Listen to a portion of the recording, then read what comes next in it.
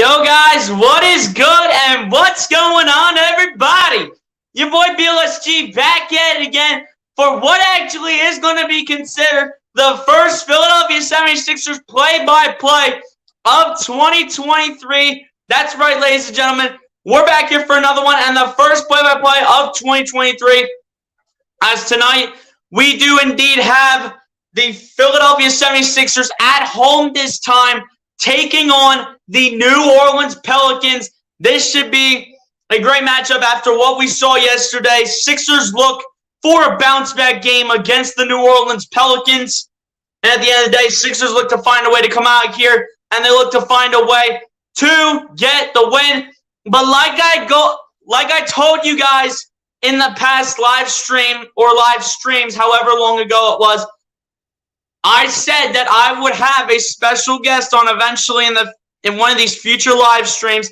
I did say I would have a special guest on. He's here with me tonight. So everyone, rise to the occasion and put your hands together and give it up for the special guest of this live stream, Philly Fan 21.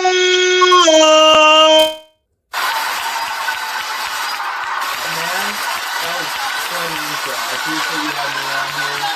Excited to watch the Sixers hopefully get this win tonight versus the Pelicans. Can you see me or not? Yeah, I got you. Okay. Man. Making sure. All right. I can't wait too, man. I can't wait either, you know. I had to make it a special intro because you know what? You're the guest for tonight. First time ever having someone else on one of my streams. I know we'll do one for yours in the future, my guy, like we talked yesterday. Mm-hmm. But, you know, tonight we did one together on my channel. There will be one on the future on his channel, Philly Fan 21. There will be one in the future on his channel, and that is to be determined when that's going to come. But Philly Fan 21, what's going on, my guy? Appreciate you for coming in, and let me know how you're feeling, man. I'm feeling good, man. I really appreciate you having me on here. Man, dude, your energy is crazy right now, man. It's awesome.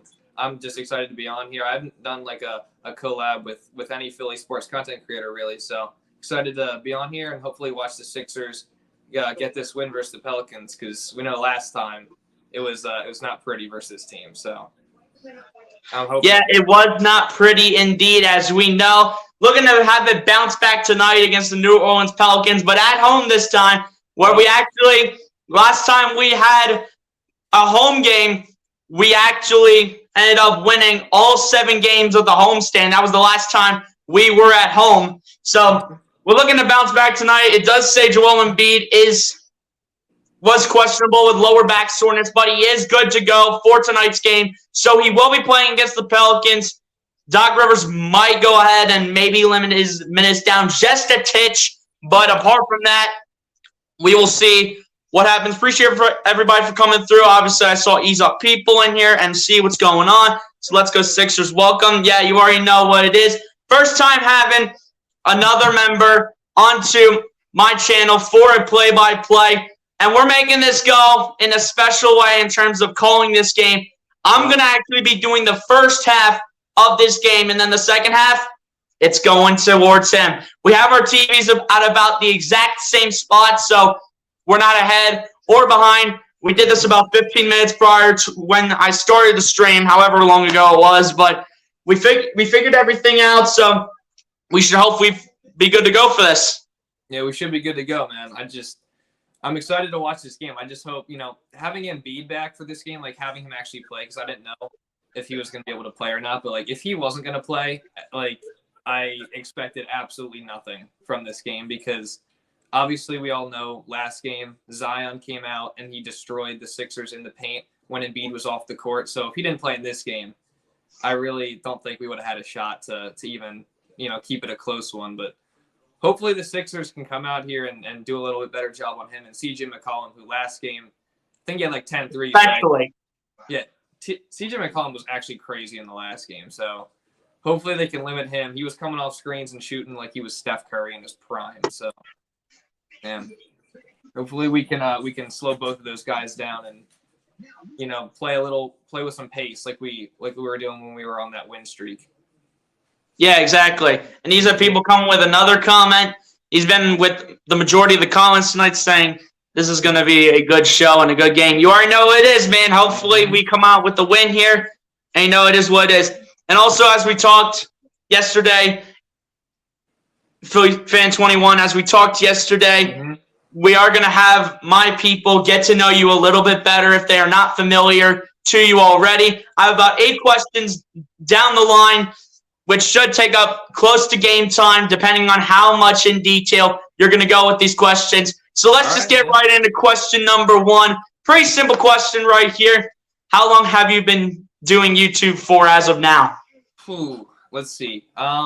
So back in 2020, I did 2 videos in like March because I was like really bored. Like that was obviously when like, whole pandemic thing happened. So I was like, okay, I've seen mixes and hype videos and stuff for certain players and like teams before. So I was like, I'm going to do that. So I started my channel actually doing like player mixes, player highlight reels and stuff. So I did an Embiid one, and back then Ben Simmons one, because obviously best 2 players in Sixers, my 2 favorite players back then. And then I like took like a 6-month break and didn't do anything.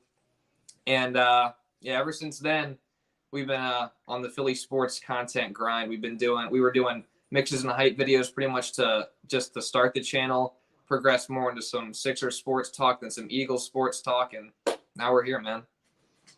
Yeah, absolutely. I mean, you've been grinding it out. I know you have over 5,000 subscribers. Guys, if you have not done so, and if you guys are familiar to my end more than his end, go ahead and subscribe to his channel. The link is down below in the description if you guys want to go ahead and do it. Definitely has been one of the young grinding content creators for Philly sports that I've known. Definitely been watching your content a lot, my guy, especially for the Sixers, which, you and the Eagles too, honestly. Yeah. You've been grinding it out in both categories, but at the end of the day, you've just been grinding it out overall, and that's why you've continued to grind, and that's why you have over 5K, as we have a couple more comments here.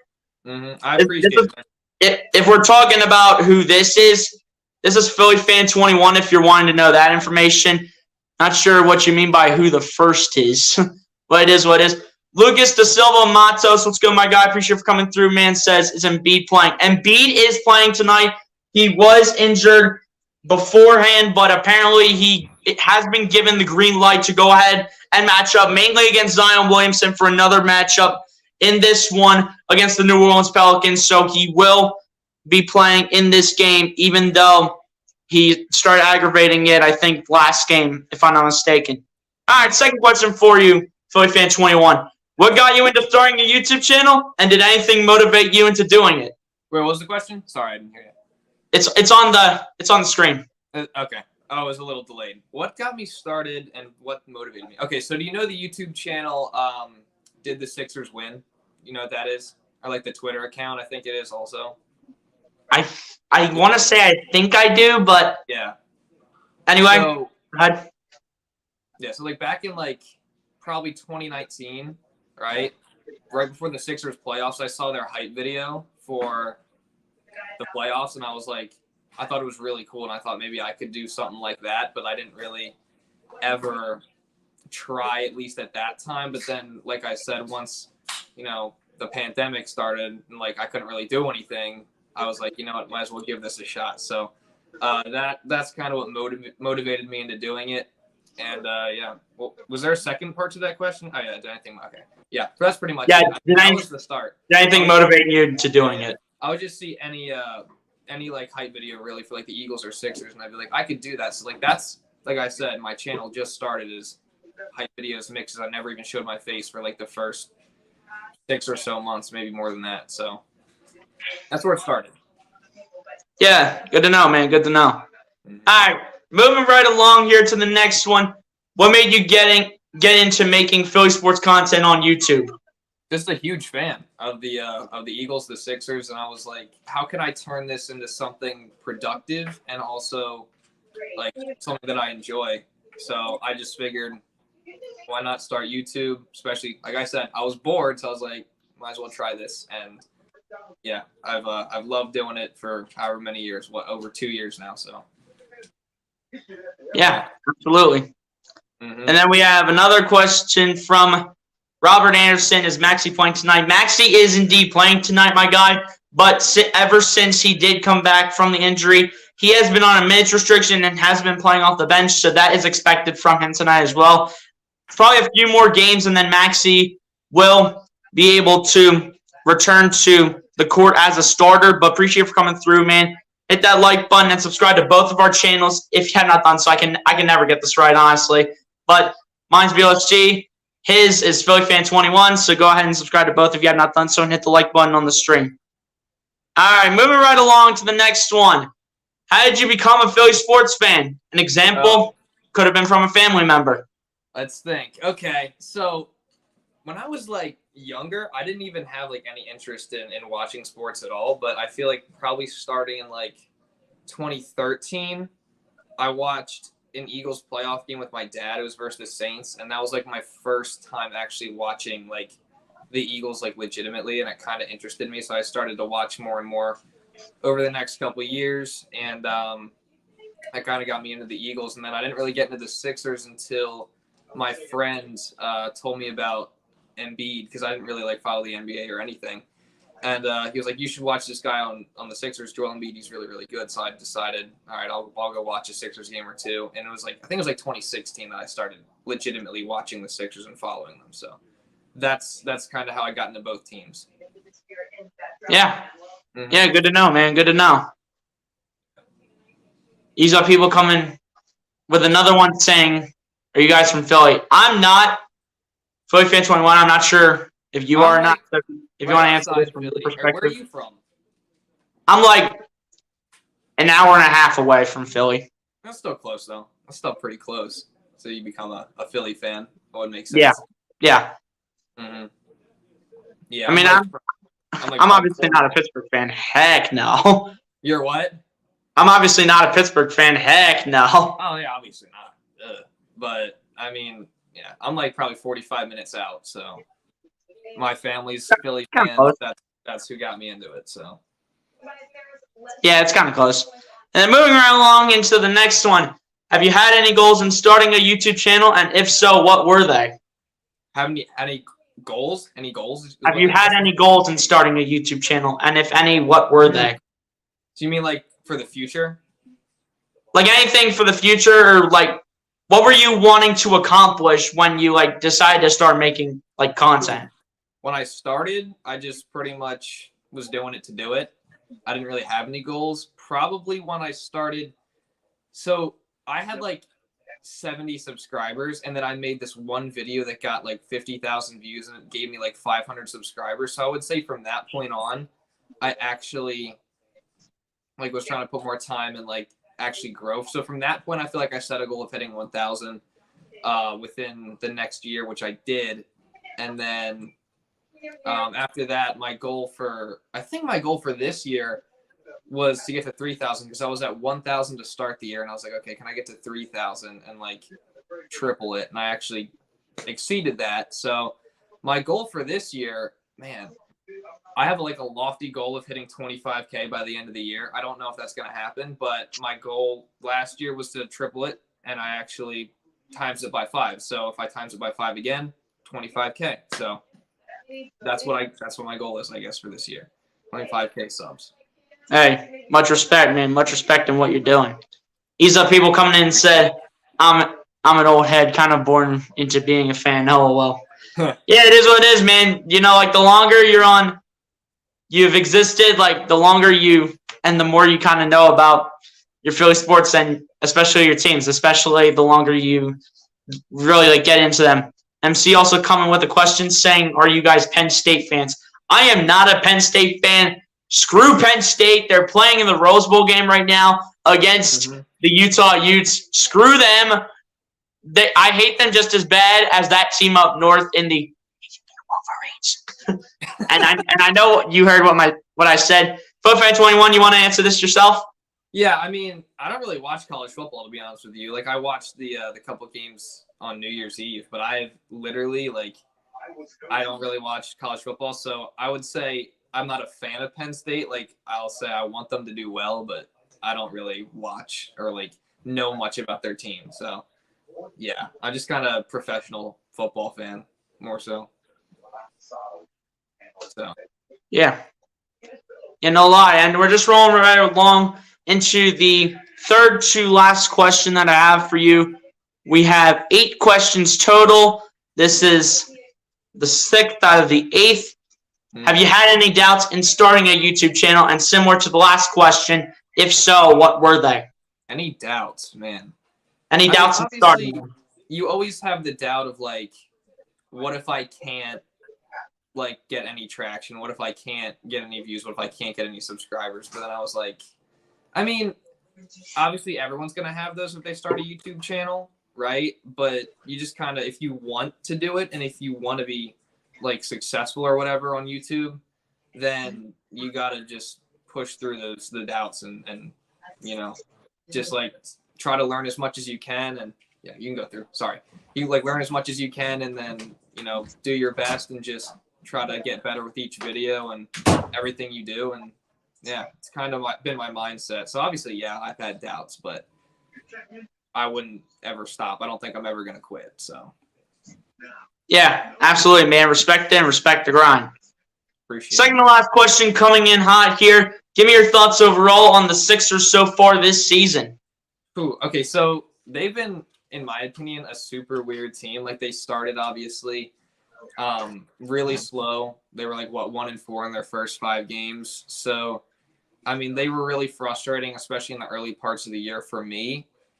And I thought that they played way too slow. Obviously, it hurts, like all the injuries they got. So we haven't really got to see Embiid, Maxine Harden all play at the same time. So I feel like there's still a lot of questions as to what this team is. And then obviously recently they've been playing some of their best basketball with the 7-game win streak, or the 8-game win streak. And obviously they lost to the Pelicans, but then they bounced back versus the Thunder. So I think they're still kind of an unknown team, and I think that their potential is really, really high. Like, I think they have the potential. Like, if they got everything figured out, everything went their way, I think they could go to the finals and win it.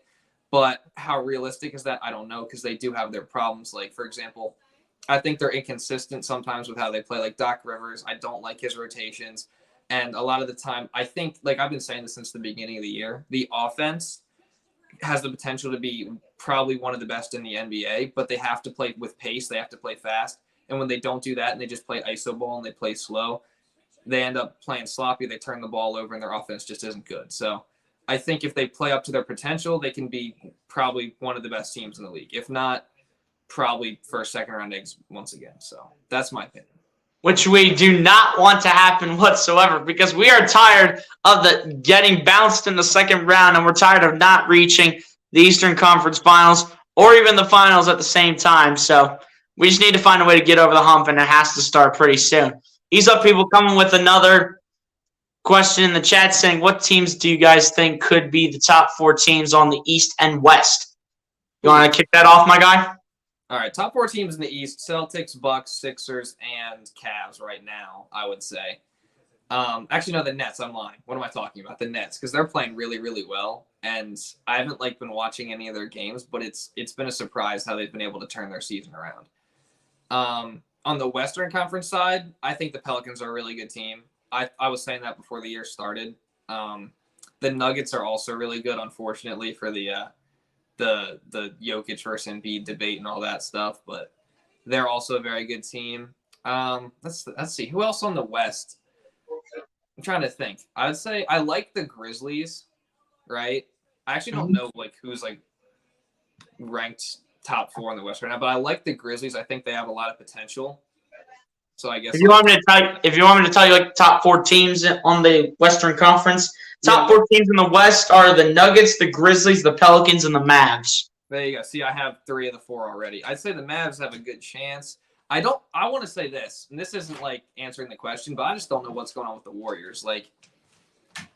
I mean, obviously they have Curry out right now, but I mean, before that, they started the season bad. So that's a team that's really confused me also this year. I also think a sleeper team right now is the Kings. They're pretty good. But I also think the Suns have potential to be up there as well. I think they were leading the West for a good portion of the start of the season, and then they've kind of tailed off a little bit, right? So yeah, the Kings definitely have been definitely underrated, honestly, and they just so far this season. As of right now, they find a way to put the pieces to the puzzle, and they found a way to get things going as they have a record of 19-16, which might have been one of the, if not their best starts in like the last few seasons. Yeah, man, they have not been good in a long time. And last year, I'm pretty sure I made a video where I talked about their trade, Sabonis and Halliburton, and I completely destroyed them for it. But I mean, they're having success with the Fox Sabonis pairing. So I mean, it's working out. It's working out for them, I guess, at least in the short.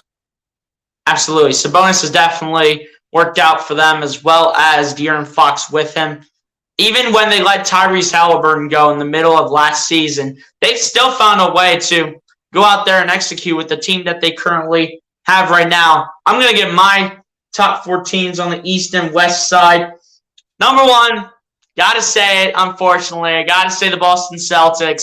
They've had a great season. Even without Ime Udoka nor Brad Stevens, they've still found a way to come out here, and they have meant business with the roster that they have right now. I can admit that as a Sixers fan. They've definitely done a great job so far this season. And hopefully, I know I'm a Sixers fan, but I'm going to say it, hopefully they don't keep it up so we can start climbing all the way up to the top. Yeah. And then number 2, I gotta go with the Bucks. I mean, the Bucks, they're playing pretty solid right now. Even without Chris Middleton, they still have Drew Holiday. They still obviously have Giannis. They have Brook Lopez, who's not that bad as a center. They have a solid bench, pretty much led by Pat Connaughton. But overall, they have a pretty good team. And then number 3, I'll give it to the Nets. And people might be asking why I put the Bucks at 2 and the Nets at 3, even though the Nets are on that 11-game winning streak. It's just that I think their start to the season has not looked as promising.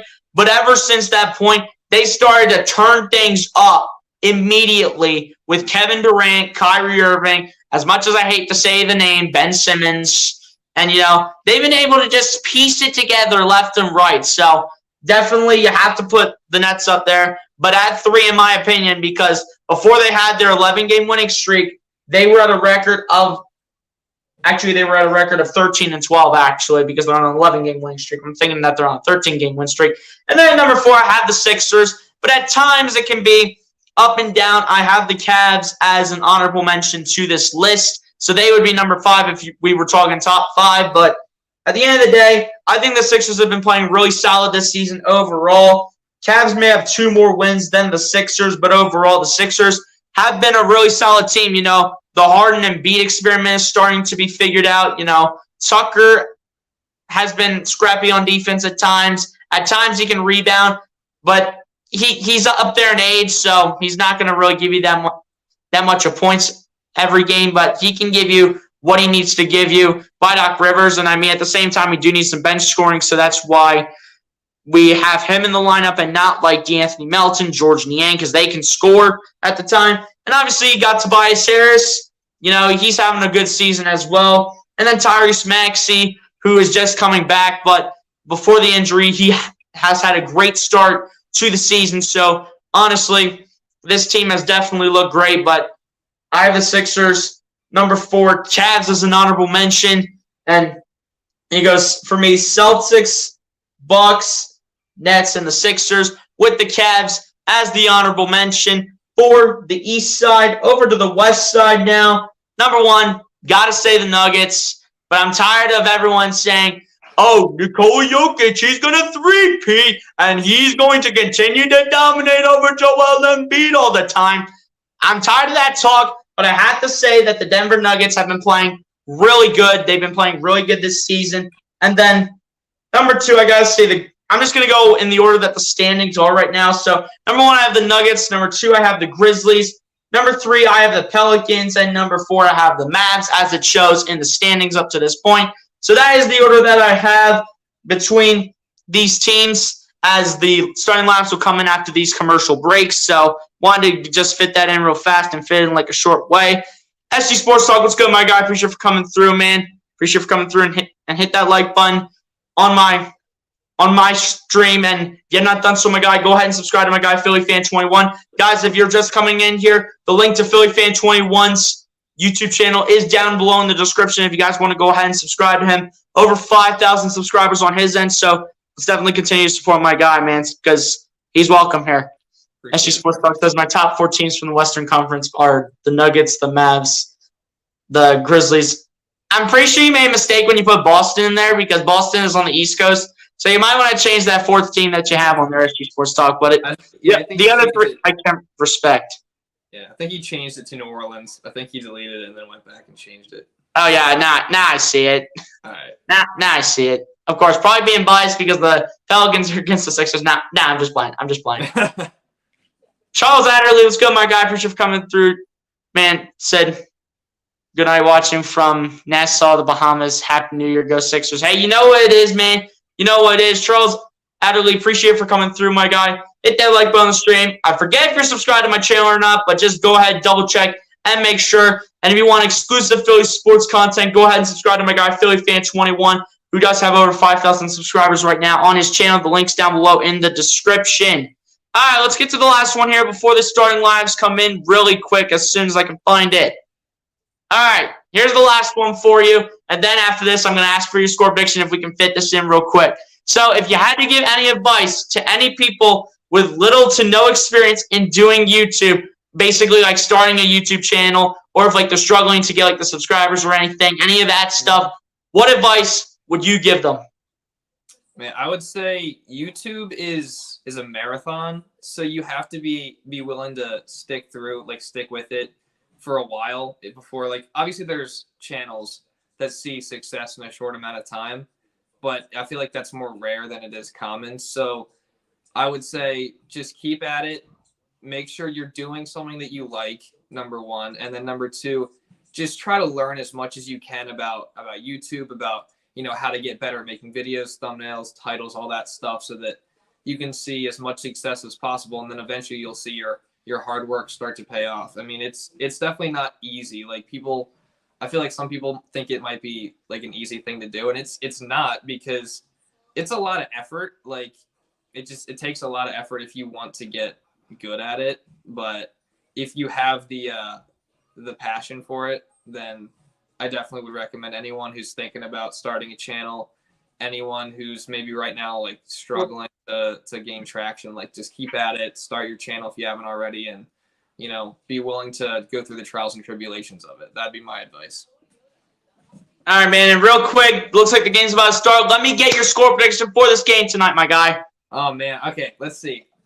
I'll say Sixers are going to win because I think they can get this bounce back, especially since they're at home. And Maxi's playing. Hopefully he'll be a little bit more into the swing of things. Maybe I'll say 115-107 Sixers win. All right, I can respect that. Starting lives coming in: CJ McCollum, Herbert Jones, Trey Murphy, Zion Williamson, and Jonas Valanciunas for the New Orleans Pelicans. For the Philadelphia 76ers is James Harden, DeAnthony Melton, Tobias Harris, PJ Tucker, and Joel Embiid for the starting lineup for your Philadelphia 76ers, as we are having this game played right here from the Wells Fargo Center. As we have a couple more to get to here. Wait, hold up. Top 4 teams for the Eastern Conference are the Celtics, Nets, Bucks, and the Sixers. Yeah, I had the same 4, man. We'll get to those like a little bit later. So we'll get to that one a little bit later. The one that I just pulled up, but this one right here, I have the Pelicans winning this game over the 76ers by a final score of 115-100. Based on the way the Sixers played last game, I can kind of see that, honestly, because they're trying to make it 2 straight over us. But the last time we were at home, we won all 7 games of our homestand. Game's about to get underway here between the Sixers and the Pelicans. Second straight between these 2 teams. Only difference is here at the Wells Fargo. About to get underway here and begin this game. And the tip is won by Jonas Valanciunas, and we are underway here from Philadelphia. Zion Williamson beginning with the ball here for the New Orleans Pelicans. It's it over to Trey Murphy, back to Zion Williamson. Williamson coming inside and gets right by DeAnthony Melton, and that's an early bucket early on here for the Pelicans as they already take an early 2-0 lead. Harden bringing the ball down the floor. Matching up, I do believe that is against I can't tell who that is, honestly. But Harden gets it over to Embiid. Embiid coming inside. Embiid with the layup. Gets contested against Jonas Valanciunas, but on the second effort, it goes in for 2 to immediately tie this game back up at 2 points apiece. Zion Williamson bring the ball down the floor. Williamson coming around the screen.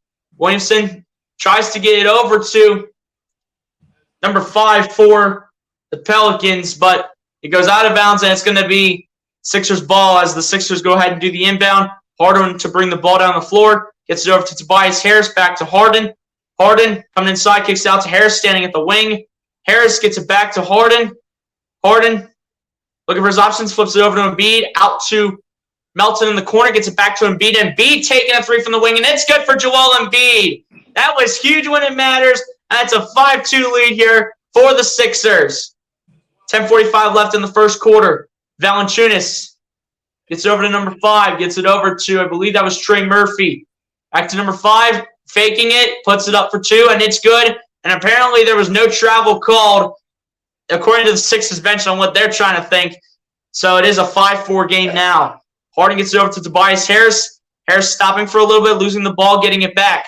Harris flips it up to Embiid, matching up on Valanciunas. Embiid still matching up, dribbling the ball. Embiid taking the 2-point jumper, and it's good for Joel Embiid. It is huge, and it's a 7-4 lead. It's beautiful when you see Embiid shooting jump shots. Zion Williamson with the ball, matching up against P.J. Tucker. Williamson backing in, kicking it out to number 5. Gets it out to C.J. McCollum. McCollum matching up with Anthony Melton, flips out to Zion Williamson. Williamson kicks it out to Trey Murphy. Murphy putting it up for 2, and it's no good, and Embiid gets the rebound. Embiid gets it over to Harden. Harden flips it back to Embiid, and Embiid floats it up and in. Let's go. But it was a travel on Joel Embiid, unfortunately, so it is going to stay 7-4. Wow. A soft travel, and Doc Rivers is pissed. That's crazy. My TV's lagging pretty bad, I'm not going to lie. But yeah, mine's lagging a little bit too. But we should be okay. I mean, it's not normal as what it would be originally here. Yeah. Because number 5 gets it over to Zion Williamson. Williamson tries to get to Valanciunas, and that's taken away by Embiid. Embiid down to Melton. Melton at the wing for 3, and it's good for Anthony Melton. High arcing triple's good. Timeout by the Pelicans as the Sixers take an early 10-4 lead with 9:22 left to go in the first quarter. As the Sixers at home, they're starting out hot in their second matchup as of right now against the New Orleans Pelicans. 10-4 lead for the Sixers at the moment. Sixers lead it by 6 early on at home. But yeah, I wanted to get back to this one real quick from SG Sports Talk, saying your opinion on top 5 NBA basketball players of all time. So like your top 5 greatest basketball players of all time, because there's a debate between the top 2 apparently for literally absolutely no reason. But you know what? CodeFan21, go right ahead. All right. Do you want me to count down? Do you want me to go from 1 to 5 or 5 to 1? Go 5 to 1. 5 to 1. Okay. Who do I have at 5? I probably have Bill Russell at number 5. He's got 11 rings, so can't argue with that. A great defensive player in his time, and obviously he just passed away a couple months ago. So I think he's number 5. I have Kobe Bryant at 4. His mentality is like, I feel like I have a Kobe Bryant jersey actually on the way, and his mentality is like up there, like probably top 2. Mamba mentality, baby. The way he's programmed. Number 3, I got Kareem. I mean, LeBron's about to pass him, right? But currently leading scorer in NBA history. And obviously, I would put him at best center of all time. Number 2, I got LeBron James. And then number 1, Michael Jordan. So I feel like someone could argue that if they want. But, I mean, I really don't think it's a debate. Like, I don't understand the people. Like, I have friends that say LeBron is number 1 of all time, and I disagree. I've had this argument so many times. And yeah, Michael Jordan. Honestly, it's just so ridiculous at the end of the day. On like why people think LeBron's number 1. Like, people just need to stop with all this nonsense saying that LeBron's the greatest of all time. Because in reality, we all know he's not the greatest of all time. Mm-hmm. Face it. He still has some career left in him. Michael Jordan's done. And Michael Jordan had a great career. Do not get me wrong. But LeBron is not better than Michael Jordan, and that's final. Completely I'm done agree. with this conversation. I'm done. I feel like it's ridiculous when I have friends that are trying to argue me LeBron is better than Michael Jordan, and their main argument is that he drugged the 2007 Cavs to the finals and they got swept. Like, I don't understand. Like, I don't get it. They're always talking how he's got 10 finals appearances and Michael Jordan only has 6, but I'm like, LeBron only has 4 wins. Michael Jordan has 6, so I don't get it. But exactly. As the game comes back on here, Herbert Jones gets it over to McCollum, back to Herbert Jones. I just figured out who number 5 is. Jones spinning, putting it up for 2, and it's good for Herbert Jones. So apparently Herbert Jones was good to go for the starting lineup for the New Orleans Pelicans, as it's now a 10-6 game. Harden with the ball, bring it down the other end, gets it over to Tobias Harris. Harris going to his left, coming around a screen from Embiid. Harris going step back, high-arcing 2 with it, and it's good for Tobias Harris, showing why he earned that $180 million with about the $76 million that he has left on his 2-year contract up to this point. McCollum coming inside. McCollum gets it out to Valanciunas, who's wide open at the wing for 3, and it's good for Jonas Valanciunas. Embiid, you need to stay on your guy, dude. You can't let him go at any given point in time. Seriously. Melton with the ball, gets it over to Embiid. Embiid back to Melton. Melton flipping it out to James Harden at about the top of the key. Harden dribbling with the ball constantly, coming inside on Herbert Jones. Harden trying to hit it off the backboard. It's no good, and rebounded by the Pelicans. Zion Williamson bringing it down the floor. Williamson kicks it out. McCollum at the wing for 3, and it's good for C.J. McCollum. Here we go back to these moments where C.J. McCollum just starts to haunt the Sixers. Here we go again. Harden with the ball gets it over to Embiid. Embiid on the fake out, and Embiid lost the ball. that's what happened. And I think Embiid might have been called for the foul. So, And yes, Embiid was called for the foul on putting his hands around C.J. McCollum. I don't like the way this is going right now. It's flipped. The momentum is flipped real early here. For sure. Yeah. At the end of the day, you have to give respect to this team. I mean, this is probably one of the best teams in the NBA up to this point, with the team that they have especially. But McCollum gets it over to Trey Murphy. Back to McCollum. McCollum getting double-teamed. Gets it over to Zion Williamson. Williamson coming inside. Williamson kicking it out to Herbert Jones. Herbert Jones laying it up for 2, and it's no good, and Embiid gets the rebound. Embiid will now bring the ball down the floor. Embiid coming inside to teach people a lesson. Lays it up, and he will be fouled and will head to the line. Foul's called against Jonas Valanciunas. Embiid to the line for 2. And Valanciunas is absolutely all confused. That scared I me. think maybe there had been a little bit of bombing, but at the same time, Embiid did fall on the ground. So Yeah. Embiid to the line to shoot 2 free throws. This man's telling you to turn your mic up, but I can hear you perfectly fine, so these people should as well. Huh. Well, I don't really know how I can do that because it's like, what can I do to Exactly, that's kind of true. As the first free throw is good at the line for Joel Embiid. Also, he's up, people. Philly Fan 21, my guy, he's still trying to get used to StreamYard because he doesn't use this for his streams. Yeah. When he does the Sixers games, he uses a completely different software, which I will be on one of his streams on his channel to make up for when we could not do it on both channels, as the second free throw is good for Embiid at the line. But at some point, we'll do one on his channel to make up for the opportunity that we wanted to have to do this stream on both channels. As C.J. McCollum gets fouled here, and he'll head to the free throw line to shoot 2 more free throws as the foul is called on P.J. Tucker. Mm-hmm. Johnson, Bird, Kareem, Russell, and Curry. Wait a second. Wait a second. Wait a second. Wait a Hold second. up. Hold on. No, hold up. You can't put Michael Jordan up there? Come on, man. First one's good at the line for C.J. McCollum. He doesn't have LeBron or MJ. That is ridiculous, dude. That's kind of funny. But hey, you know what? I respect the difference of opinion. I remember, it's a funny story before he finishes this free throw. A couple years ago, I got into like a 2-week-long argument with my friend because he thought Wilt Chamberlain was the greatest of all time. So that was It is what it is. Second one, no good at the line from C.J. McCollum as Harden has the ball, matches up on Jackson Hayes, who just checked in. Around the screen from Embiid. Gets it over to Embiid. Embiid's on the ground as he fell. Tries to get it out to Melton, and it's taken away by McCollum, who lobs it up to Jackson Hayes, who will slam it with 2 hands for 2, and will give the Pelicans the lead by 1. No. Harden will bring the ball down the floor. Harden looking for his options. Harden matching up on McCollum. Harden kicking it out to Melton. Melton on the pump fake. Melton dancing, kicking it out to Tucker in the corner. Tucker out into Embiid. Embiid trying to lay it up for 2, and Embiid will be fouled here. And looks like it's going to be a foul against Herbert Jones. And I think that's the second on Herbert Jones tonight, as I heard from the guy that announces all the names and stuff and everything when a person scores and all that. But yeah, it is what it is at the end of the day. Adrian Roberson, what's going on? Appreciate you for coming through. Hit that like button on the stream. You pretty much know the drill up to this point. You've been around forever. So hit that like button. And I know you're already subscribed. Do not have to worry about that. But if you have not done so, Adrian Roberson, go ahead and subscribe to my guy, Philly Fan 21. Got over 5K subscribers right now. So let's help a man out. You know what I'm saying? I'm pretty sure I've seen Adrian.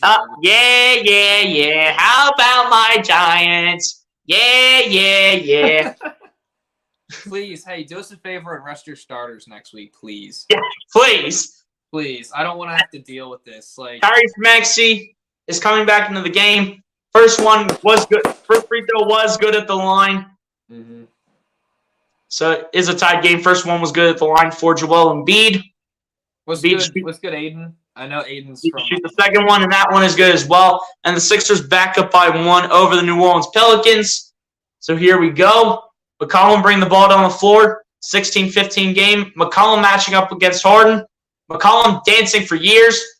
McCollum kicking it out to Herbert Jones in the corner. And he stepped out of bounds, and we're going this way. We're going the other way. Out of bounds, and you can't do that. You can't do that. You can't step out of bounds, buddy. Oh, just wait until someone travels. It gets even better. I cannot wait, man. As Maxey lobs it up to Harden on the inbound, and Harden will bring the ball down the floor. Harden. And when I mean travel, I'm talking about for the Pelicans side, not ours. Yeah, obviously. But Harden coming inside, trying to lay it up for 2, and that is blocked by Valanciunas, but it will go out of bounds and stay Sixers ball with 10 seconds on the shot clock. Harden's a little confused, and I think he might want a goaltend, but it wasn't even close to above the rim. Yeah. Actually, it kind of was above the rim, but I don't think it would have gotten in. As Harden inbounds it to Embiid, and Embiid shoots it, but another foul called here against Jonas Valanciunas. They're going to call that one on the floor, so that's going to be side out, I'm pretty sure. Yeah, they only have 3 fouls. Okay. But Valanciunas to go to the bench either way. Yeah. Now Maxey will wait. No, Maxey will do Maxey to do the inbound. Never mind. Mm-hmm. I think he might have checked in for somebody and then just decided to do the inbound pass. So he inbounds it here to James Harden staying at the top of the key. Who comes inside, deals with the double team, gets it over to Embiid with a reverse layup. Okay, Joel. Literally not even looking at the net, literally having to look upside down for it and still makes it. 18-15, Sixers had the lead with 5:40 left. McCollum looking, spinning, gets it over to Herbert Jones. Gets it over to Jackson Hayes, who deals with the double team, but it's blocked by DeAnthony Melton from behind. Let's go. But was it out of bounds or was it a foul? I don't think it was a foul. I don't think they called it. Did they? Maybe I can't hear my TV that well. I don't know. Maybe. No, they didn't call it. All right. They didn't call it. It was just out of bounds. So it was stay Pelicans ball as the 3 is good from the corner by CJ McCollum. That's tough. Melton gets it over to Tobias Harris. Harris kicks it out to Melton in the corner. Melton gets it over to Tobias Harris. Harris coming inside, dealing with McCollum and Jackson Hayes. Harris surrounded, gets it out to Melton. Over to Maxey in the corner for 3, and it's off target, rebounded by Jackson Hayes for the Pelicans. We'll get this over to CJ McCollum. McCollum matching up on DeAnthony Melton. McCollum going fake step back out to Jackson Hayes. Hayes laying it up for 2. It's no good, but the putback goes in. Actually, no, it does not. It does not go back in for Willie Hernan-Gomez. Harden trying to put it up and in, and it's good for James Harden, I think. And yes, it was. It was so hard to tell because the net barely moved. And I think it was Herbert Jones, actually number 8, I think.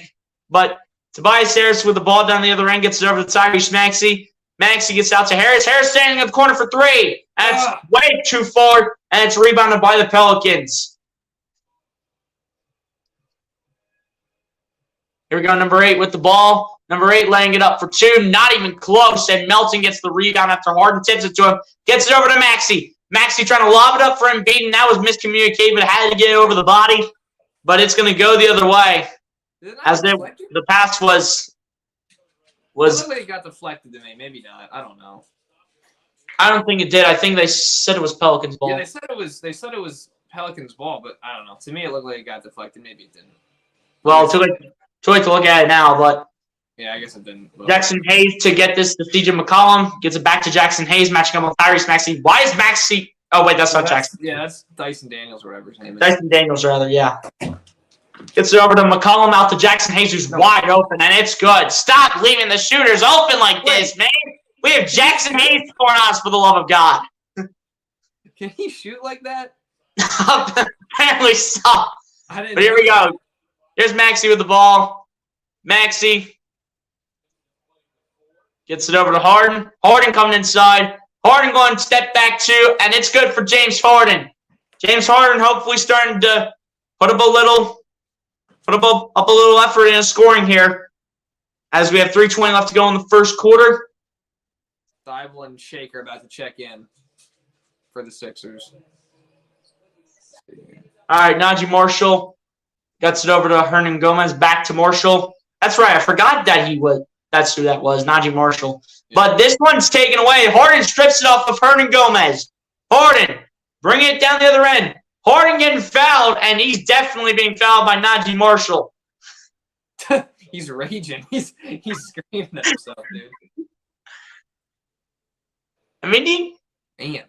Oh wait, they're showing the step back too. Yeah, never mind. Step back. All right.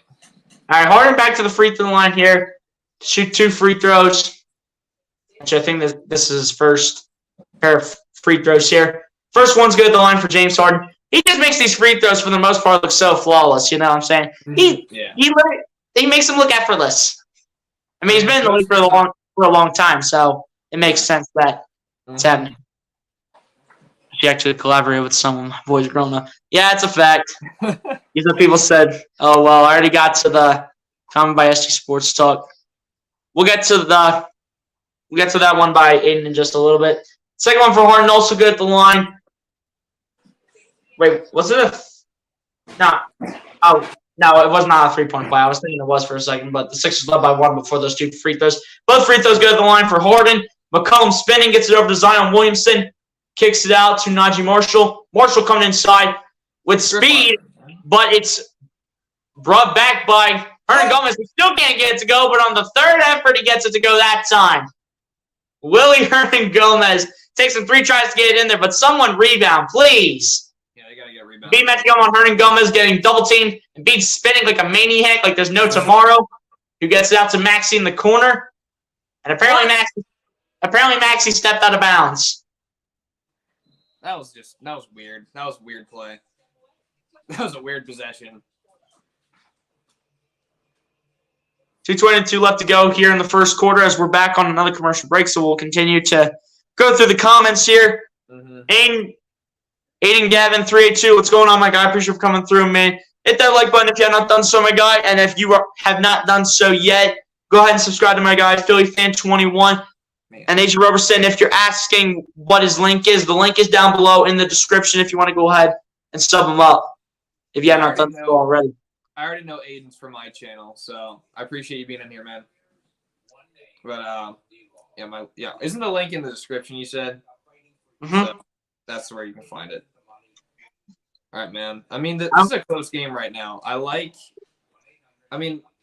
It's tough because the Sixers, I feel like they're scoring pretty well right now, and they're getting to the free throw line, but at the same time, the Pelicans are also they're making shots. So I think this is just going to be a battle of 2 really good teams, and hopefully the Sixers come out with the win. But I would like to see them create some separation here before first quarter ends, or at least before halftime, because I don't want to have to, play a consistent close game this entire time. But I just hope they don't get into this big hole, because I feel like recently they not last game but before that they just are continuously getting themselves in these double-digit holes, and they have to work their way back out of it. So I feel like that's kind of that's been a trend, and it's not a positive one necessarily. So hopefully they can avoid that here. They're playing all right now, so let's see what happens when Embiid goes off the court. When we have to bring in like Montrezl Harrell and a little bit of Paul Reed, maybe. Mm-hmm. I've started to think that we went ahead and went back to like the veteran usage of Montrezl Harrell more than what we've been using of Paul Reed, and we started to like play a little bit of like small ball with like Tobias Harris, I think. So at the same time, it is what it is. I mean, it's how Doc is with his rotations these days. Mm-hmm. But at the same time, it's whatever. Well, last game, like you see what I got right here? You see this bad boy? Yeah. I got this bad boy. Hold up. I'm sorry because my thing's flipped, so I can't see you. It's a little delayed here, so I'm waiting. Not sure if you can see that or not, but you got a Harden shirt.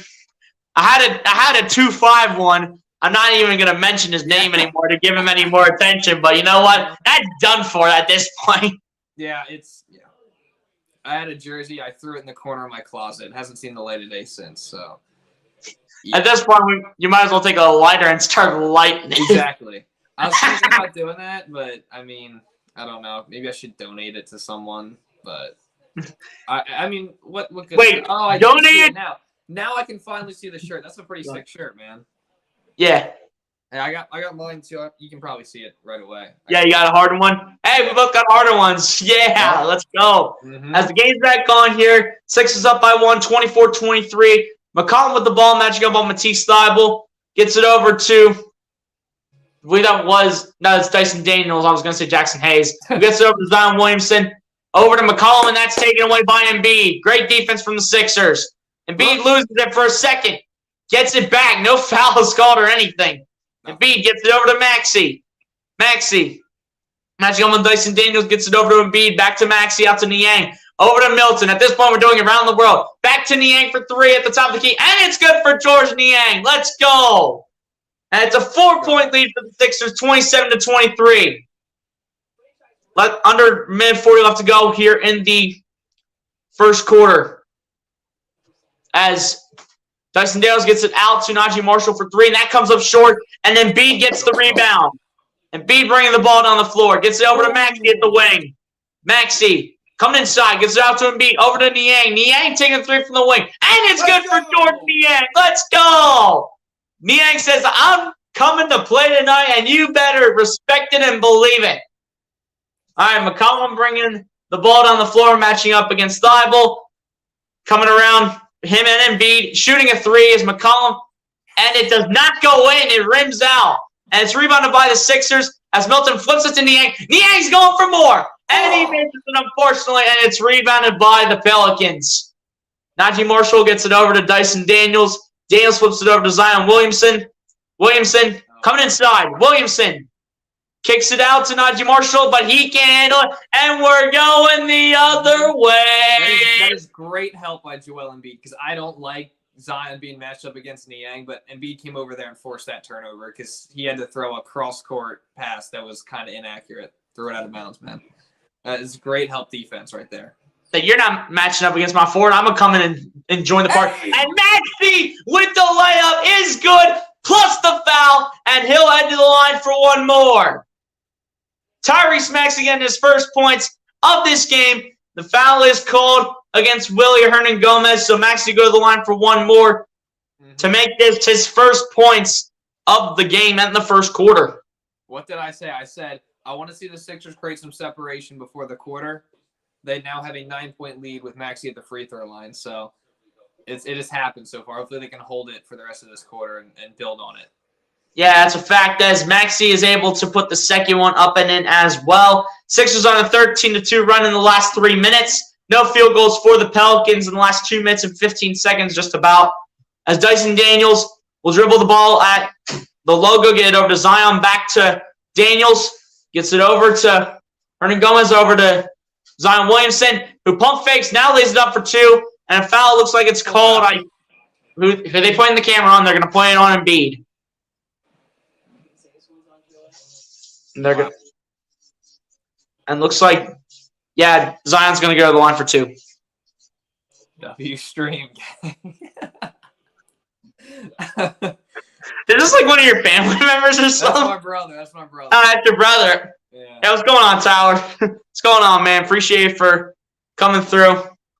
I'm not sure if your brother's subbed up to my channel yet, but if you haven't done so, my guy, go ahead and do so and hit that like button. Tyler, subscribe to BLSG right now. Oh my gosh. Well, hey, that's one way of doing it. There you go. Dang.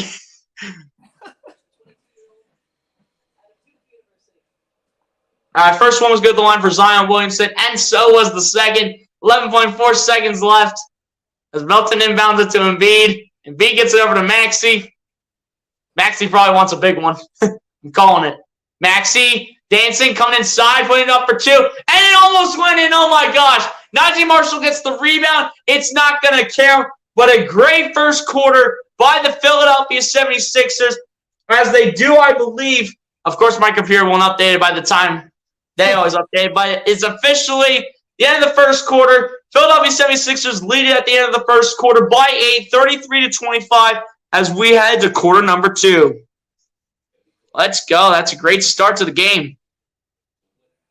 Let me just do this real quick. Yeah. Oh my gosh. I can't do this. I just change these after every quarter. I didn't bring that up, but that's how I've been doing it in the past, and that's how I'm going to continue to do it. Because I don't feel like doing it after like every commercial and everything like that. So I'm just gonna do it this way. Yeah, I know the pain, man. It's it's literally a pain in the butt when you do it like after like every commercial or like every bucket. It's just a pain. Yeah, but yeah, there is your score at the end of the first quarter. Yeah, Asia. Hold on. I'm trying to get back to where I was here on these comments. I'm trying to get back to where I was. All right, here we go. Bruce Harper, what's going on, my guy? Appreciate you for coming through, man. Hit that like button if you have not done so, my guy. And also go ahead and subscribe to my guy, PhillyFan21, which his link is down below in the description. Just search PhillyFan21 up into the search bar. I guess I was wrong about the Buckeyes, but I feel we were robbed by the Zebras. Honestly, I mean, Noah Ruggles should have made that game-winning field goal and should have sent us to the national championship against TCU. But, you know, our defense couldn't hold at the same time. I mean, our defense gave up way too many big plays in the end. I mean, this is a quarterback in Stetson Bennett that has a lot of experience. So our defense didn't contain him enough, and our defense should have knew that this guy has experience in playing in the playoffs. But appreciate you for giving your opinion, Bruce Harper. This has been one of my loyal ones as of late. Bruce Harper, man. OSG's number 1. That's a fact. The link to PhillyFan21's channel is in the description. Or if you go up into the search bar, you can just type in PhillyFan21 and he will be right there. Everyone should subscribe and smash the like button. She knows the facts, speaks the truth, and has more skills than anyone. Hey, yes. I respect the opinions, but, you know, I've been learning off some of the more popular content creators. This guy has definitely been one of them. Also, Philly Talk Podcast has definitely been one of them. Philly Take with RB, Joey Shake 72, Philly 500. You'd name them down the line. Those are pretty much my what's idols. That's what it is. They've been my idols for like the last few years. Yes, his name is PhillyFan21. If you just do it that way. So I have PhillyFan21. Of course, he should have. I was so disappointed. That's a fact. Just sub to him. Hey, appreciate you for doing so, Adrian Robertson. Sub to another content career. Second quarter's underway. Melton with the reverse layup, misses, and rebounded by the Pelicans. Zion Williamson. In here, man. Yeah, let's see what happens. Looks like someone's taking a bathroom break. As Williamson gives it out to Devontae Graham, gets it over to Valanciunas for 3, and it's good for Jonas Valanciunas. Why are we leaving Jonas Valanciunas wide open? I don't understand. Has this man decided to turn into Steph Curry tonight, or like, what is this? Let's hope not. Not like CJ. I hope not either. Maxey gets it over to Niang, back to Maxey. Maxey coming inside. Maxey gets it over to Montrezl Harrell. Harrell laying it up for 2. It comes up short, and Valanciunas is able to get the rebound without traveling. And they'll officially get it, and they'll give it over to Zion Williamson. Williamson with the ball, coming inside. Williamson looking to take it himself, and he will be fouled here. I think he was fouled by Montrezl Harrell. That's something that Montrezl Harrell is like he kind of struggles with, you know? He struggles with it. Yeah. I would say. Yeah, he This is struggles with for the sake of like fouling and stuff, you know. Yeah. I mean, he's a scrappy player. Don't get me wrong. He's a scrappy player at the end of the day, but yeah, in the end, he's just too physical. I mean, First one good. yeah, First one at the line is actually missed by Zion Williamson. There you go. Maybe we get some free chicken later in the second half. Hey, let's go. Let's do it. Come on now. Hey, let's warm up for it as Maxey will go ahead and go to the bench. Solid start from Maxey with those 3 points. I mean, he's not going to get a lot of action because Dr. said he's on a minutes restriction until how long we do not know. Second one is missed by Zion Williamson. This should be in the second half, man. Yep. Sixers up by 5, though. Harden gets over to Montrezl Harrell, over to Harden. Harden going step back 3, and it comes up short and is rebounded by Jonas Valanciunas, who will get this over to Zion Williamson, over to Trey Murphy. Shoots it for 3, and it's good for Trey Murphy. That's rough, man. I mean, we have to be better on shooting or defending from the wing, rather. Yeah. Melton tried to get it over to Harden, but he will be fouled by Devontae Graham. Coach Dante, what's going on, my guy? Appreciate you for coming through, man. Said, what up? You already know what it is, Coach Dante. Appreciate you for coming in here and tuning in. Hit that like button on my channel if you have not done so. And if you have not done so, my guy, go ahead and subscribe to my guy, PhillyFan21. His link is down below in the description. Or just search PhillyFan21 in the search bar. As the inbound passes in, Milton gets it over to Niang. Niang going for more from 3. And it's good for George Niang from the wing. And Niang is not messing around tonight. As I think that, what's that, 9 or 12 points for Niang? That'll be 9 points. That'll be 9 points for Niang tonight. As Devontae Graham gets it over to Zion Williamson. Williamson backing into P.J. Tucker, spinning and fading. He will put it up for 2, and that's not even close.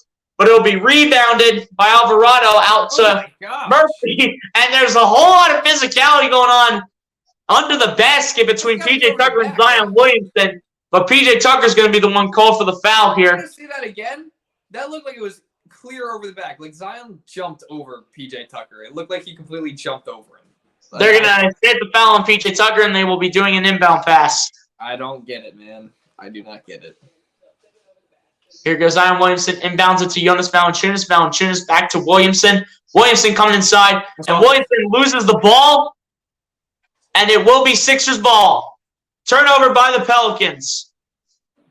That's off his knee. That's exactly what happened. I was off his hand. Exactly. That's good defense. Oh. And Tucker stands at the corner now, guarded by Zion Williamson. Gets it over to Niang, over to Harden. Harden gets it over to Niang, out to Milton in the corner for 3. It comes up short, and Trey Murphy gets the rebound. They'll take it with Jose Alvarado down the other end. There's multiple Jose Alvarados in the world of sports. He gets it over to Valanciunas, over to Devontae Graham.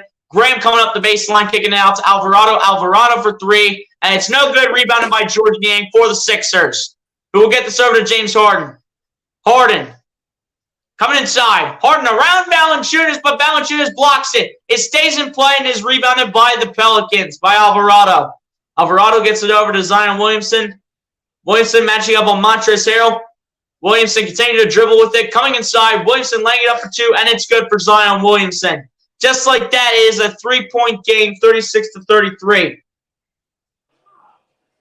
Embiid went out, and the Pelicans made a run, man. It's kind of been the story, at least last game versus the Pelicans. That was kind of the story. Embiid went out, and they had a hard time scoring and playing defense without him. So hopefully they don't follow that same trend here. Yeah, it's a fact. As Harrell gets it over to James Harden. Harden dribbling with the ball. Harden going step back 3 from the wing. And he makes it, plus the foul. Going to the line for one more is the Beard.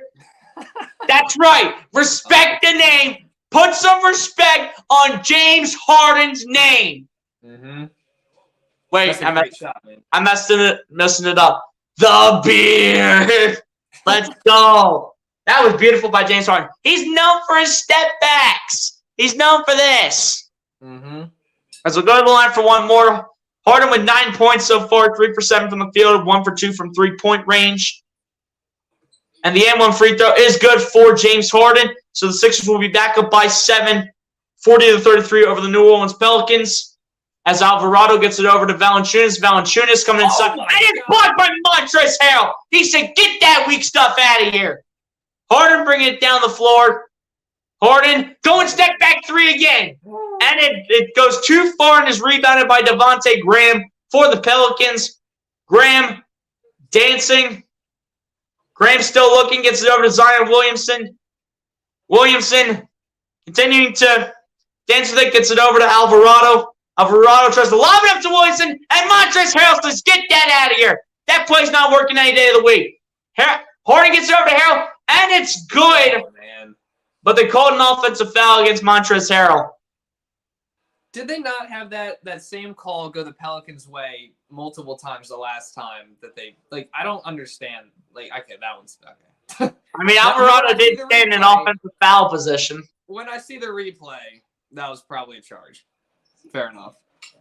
I mean, the dude was like standing like this, like Alvarado was standing like this, ready to take the charge, so he was ready for it the whole time. Yeah. We'll get to that in a second, Asia. As Valanciunas has the ball, he'll flip it over to who that is, Devontae Graham. Match come on Shake Milton. Graham dancing, gets it over to Valanciunas, puts up a 2, and it is good for Jonas Valanciunas. And just like that is a 5-point game here in Philadelphia. Sixers lead it 40-35. Harden with the ball, matching up against Alvarado. Harden looking for a screen. Gets it, flips it to Niang. Niang's going for more for 3. And it's good for George. Niang. Let's go, George. That's 12 points off the bench. Timeout, Pelicans. I'm telling you, the last time we were at home, we were on that 7-game homestand, and we're looking for a win after losing 2 straight, and we're looking to continue to make a statement. And we're making a statement right now. We're showing why we could be a dangerous team. Asia Robertson saying, my boy's growing up, soon he'll be collaborating with the big boys. I tried to get some the bigger content creators to do something with me. I tried RB. I might have tried Philly Mike at the time. I never tried Philly 500, Joey Shake 72. I never tried any of those guys. But those two right there, Philly Mike and Philly Tickle RB, those have been the main two that I've been probably watching for the most time before I started getting into Joey Shake 72 and Philly 500. So yeah, those two definitely are some of the biggest Philly content creators you could honestly ever watch. MC says, I subscribe to Philly Fan 21. Hey, appreciate you for doing that. Guys, if you have not done so, subscribe to my guy, Philly Fan 21. He has over 5,000 subs on his channel, so continue to show support to the guy. I appreciate anyone who just subbed to me, man. I appreciate it. Hey, you're getting a lot of attention from over here, Philly Fan 21. I'll tell you that much. These are pretty much all my people right here, except for maybe a few that are on your end. Mm-hmm. But it is what it is at the end of the day. Hey, I appreciate any support on the channel. So, I'm grateful for it. I appreciate it. Hope you guys enjoy the stuff that's on my channel. How'd you lose to Georgia? Man, you can answer. Stars 99, what's going on, my guy? Appreciate you for coming through. And here we go with this bum question. Say, how did you lose to Georgia? We were going to lose to Georgia anyways, okay? I never thought in my 16 years of living on planet Earth that we would ever had any chance in being the number 1 ranked team in Georgia. As a matter of fact, we did, and I literally probably wasted 4 hours of my time literally waiting for the Buckeyes to find a way to win that game. It turns out they didn't, and apparently Noah Ruggles goes ahead and misses that game-winning field goal. Not to mention our defense was absolutely trash. Stroud had a great game regardless. I mean, Mayon Williams, he was there. Marvin Harrison pretty much feasted the whole first half. And then the second half was kind of a quiet second half. But, it was definitely the defense at the end of the day that cost us this game. Normally, his defense wins championships, and they did not show it that time. But hit that like button if you have not done so, Star Wars 99. And if you haven't done so, my guy, go ahead and subscribe to my guy, Philly Fan 21. His link is down below in the description, my guy. As that NBA Action Shorts, what's going on, man? We'll get to that in a second. As Alvarado with the ball. Matching up with Shake Milton, gets it over to Valanciunas, who backs into Montrezl Harrell. Valanciunas gets it over to Jackson Hayes, over to CJ McCollum for 3, and that's not even close, but Valanciunas does get the rebound, shoots it, and it's no good, and it's rebounded by the Sixers. Tucker gets it over to Harden. Harden flips it back to Montrezl Harrell, How is that not even a foul call? But they're gonna call that one a foul against the Sixers that they just saw right there. They call this against James Harden. Some of these calls. You can't take the charger right now. Just give me like the rest of this half. I just need to make sure this doesn't die like it did last time. NBA action shorts. What's going on, my guy? I appreciate you for coming through today. Careful, hold on. There you go. Sorry, my brother came out and he needed the charger I was using, so my phone didn't die midstream. So.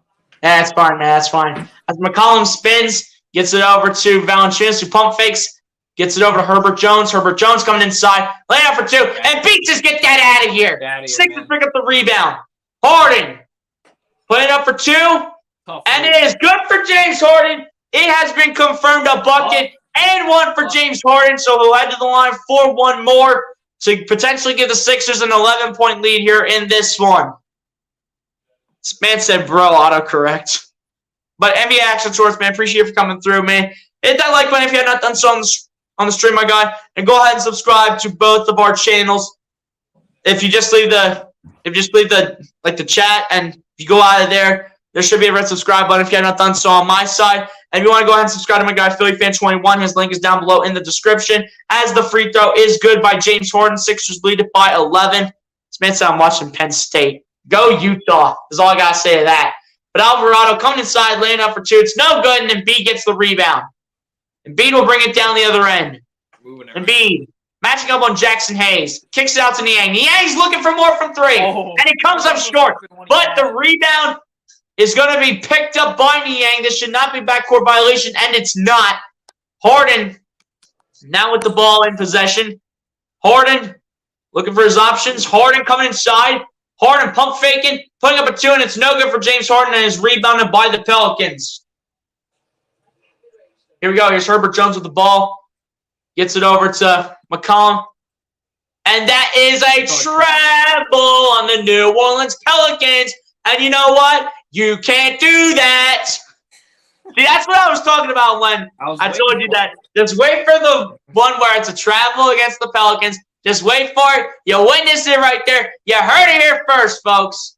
Here we go. Tobias Harris coming inside, putting it up for two. It's no good. Melton tries to put it back. Tries to get the rebound. Valanciunas officially gets it and gets it over to Alvarado. Gets it over to Herbert Jones. Over to McCollum.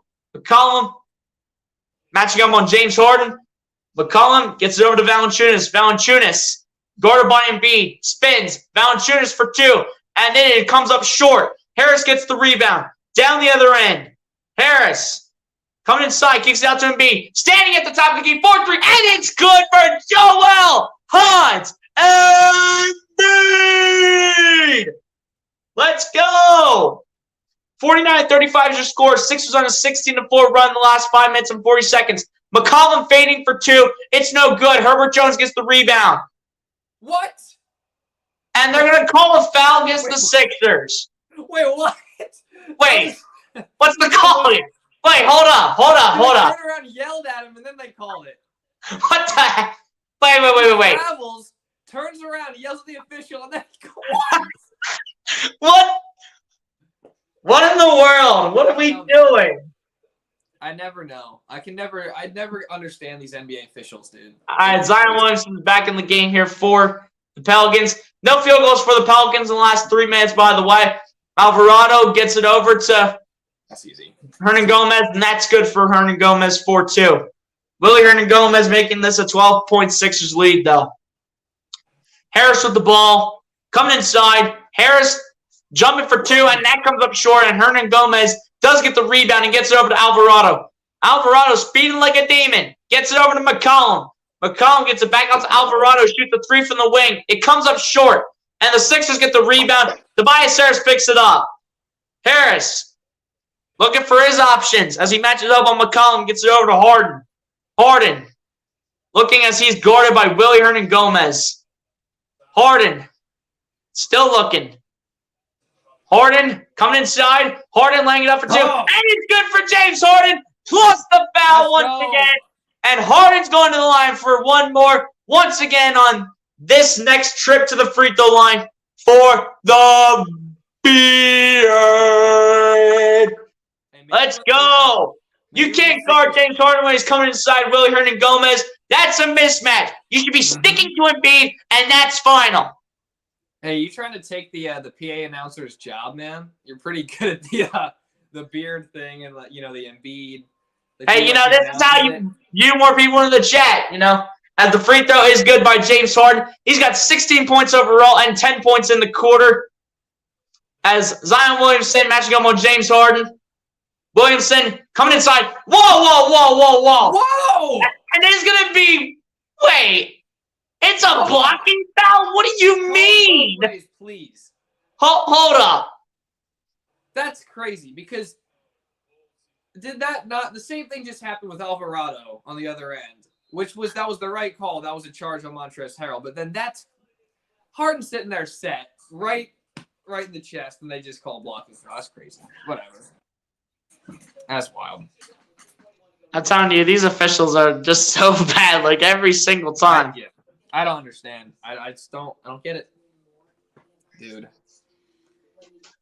Let's see. Start with R&B and Philly Mike and work your way up to Philly 500 and Joey Shakes. It takes time. Here's a tip: you should set a Philly 500 and Joey Shakes on Twitter. I follow them on Twitter already. I follow them already. What do you mean, Asia? I've been following them. What are you talking about? It'll be easier to DM them more easier. 29-14. Oh, who's winning? Penn State. Penn State's winning. Let me look, actually, see what's going on while we have the time on the commercial. All right, who's winning here?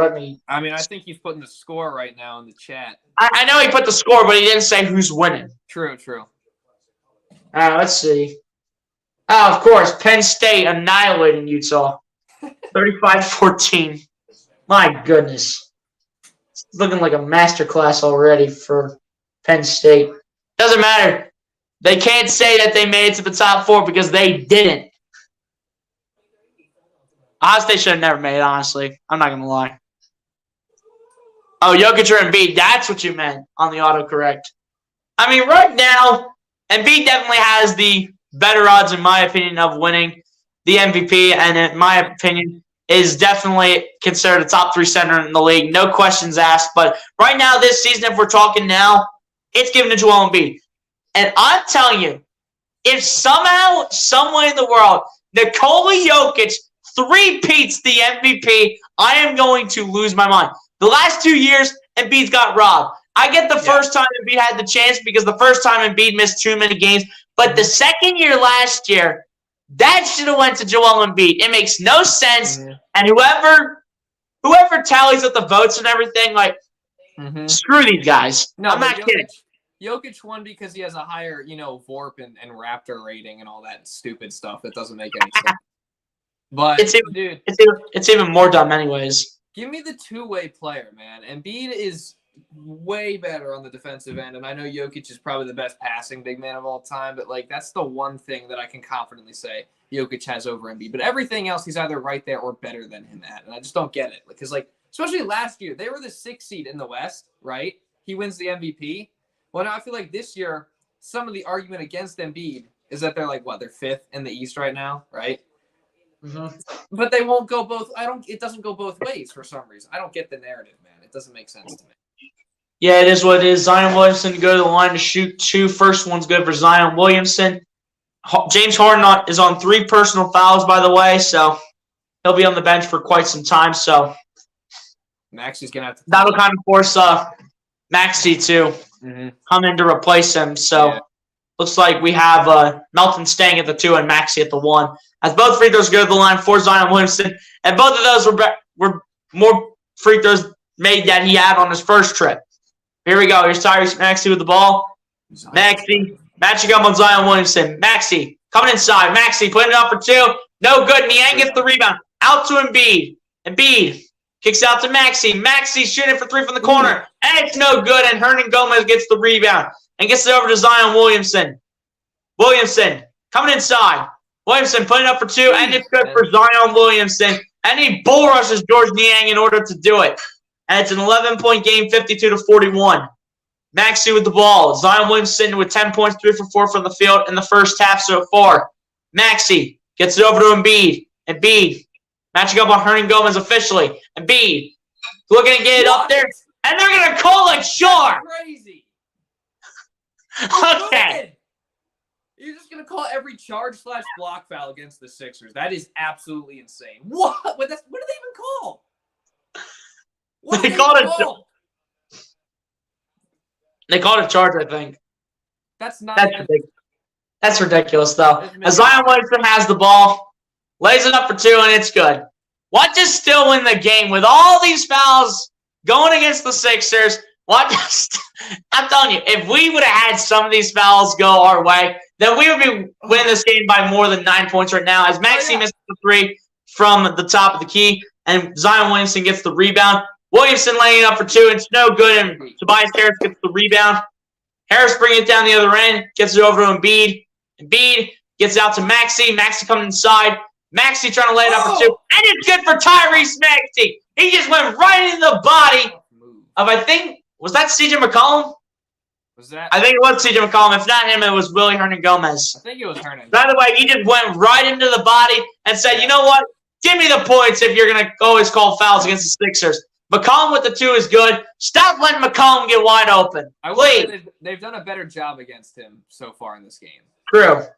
They have done a better job. I mean, they've allowed him to put up like 9 points, I think. Yeah. But here we go. Here's Maxey with the ball. 9 threes. Who gets it up over to Embiid. Embiid shooting a 2 over Hernan Gomez, and it's good for Joel Embiid. Let's go. Easy shot. Make it 18 points for Embiid in this game. 6 for 7 from the field is Joel Embiid. Zion Williamson playing up for 2. What? And they're calling that a blocking foul against Georgia. There is no way in the world that the Sixers have every foul called not go their way when it comes to charges and blocks. 4 in a row. That is insane. That's 4 in a row. That is crazy. What in the world are we watching in terms of these calls? Who has money on the Pelicans? Which one of these refs is it? Which is it? All 3 of them? I don't know. I think it's all of them. Like, but I'm going to tell you one thing. I bet you these are the same refs that did the last game against the Pelicans in New Orleans. I'll bet you these are the same refs. Like, Doc Rivers is already having a conversation with the one. First one go to the line for Zion Williamson. And the second one also good for Zion Williamson. If they call one more charge or blocking foul against the Sixers, I'm going to leave my area for a second. Just have a moment to myself. Yeah. And then I'll be coming back. As Niang gets it over to Embiid. Embiid gets it over to Melton, over to Maxey. Maxey coming inside, gets it over to Harris. Harris. And it'll be a foul called against the Pelicans. Oh, what are you putting your hands up for, Hernan Gomez and Herbert Jones? A foul. What are you guys putting your hands up for? Y'all had like 4 calls go your way. You had 4 calls go your way on charges and blocks, and you want to complain about that. Great. He's still yelling. That was so obviously a foul, too. That's crazy. As it should be. Tobias Harris has been so quiet in the first half, just 2 points, and he can't make the first free throw. Come on, Tobias. You're supposed to be one of the leaders on this team. Yes, I know what the score is. Do not even get me started. I'm on Mastery High Gaming.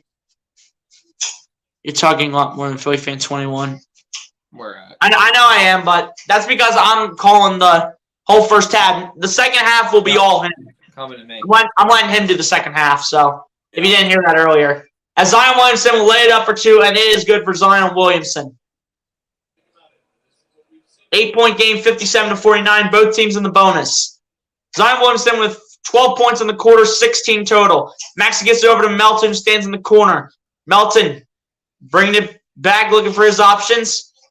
Melton still looking. Melton now takes a 3. And that goes way too far, and it's rebounded by the Pelicans. Zion Williamson kicks it out. No. Someone kicked out to McCollum for 3, and it's good for CJ McCollum. That was the pass by Willie Hernan Gomez, of all people. Of all people. Of all people, man. 15-5 run for the Pelicans. We got to stop this run. We got to stop it immediately. Maxey with the ball, Sixers will have time for one more, and that's taken away. Oh, my God. Here we go. Herbert Jones lobbing it up to Zion. It goes out of bounds, and it will be Sixers ball. Good thing. And Zion Williamson could not get the dunk. For a second, I thought they called a foul on Maxey for literally nothing. They better not have. If they did, I'm going to lose my mind.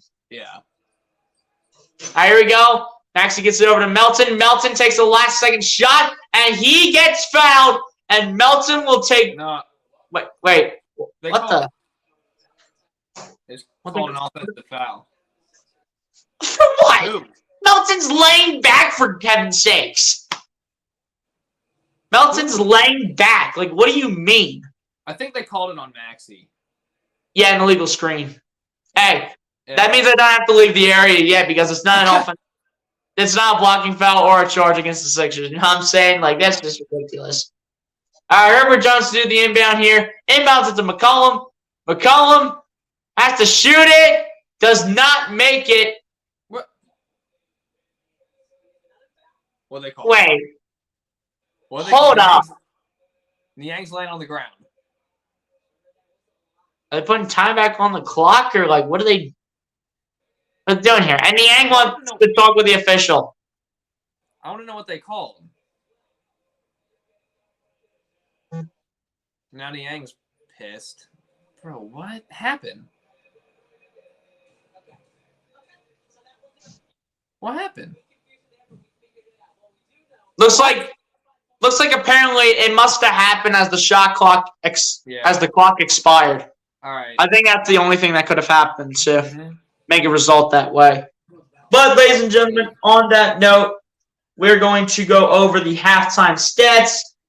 And as I told you yesterday, we take like a halftime break for like a couple minutes and then we come back on. Do what we gotta do. So we'll roll through the stats here, and then second half, you're looking at the guy that's going to be calling the second half.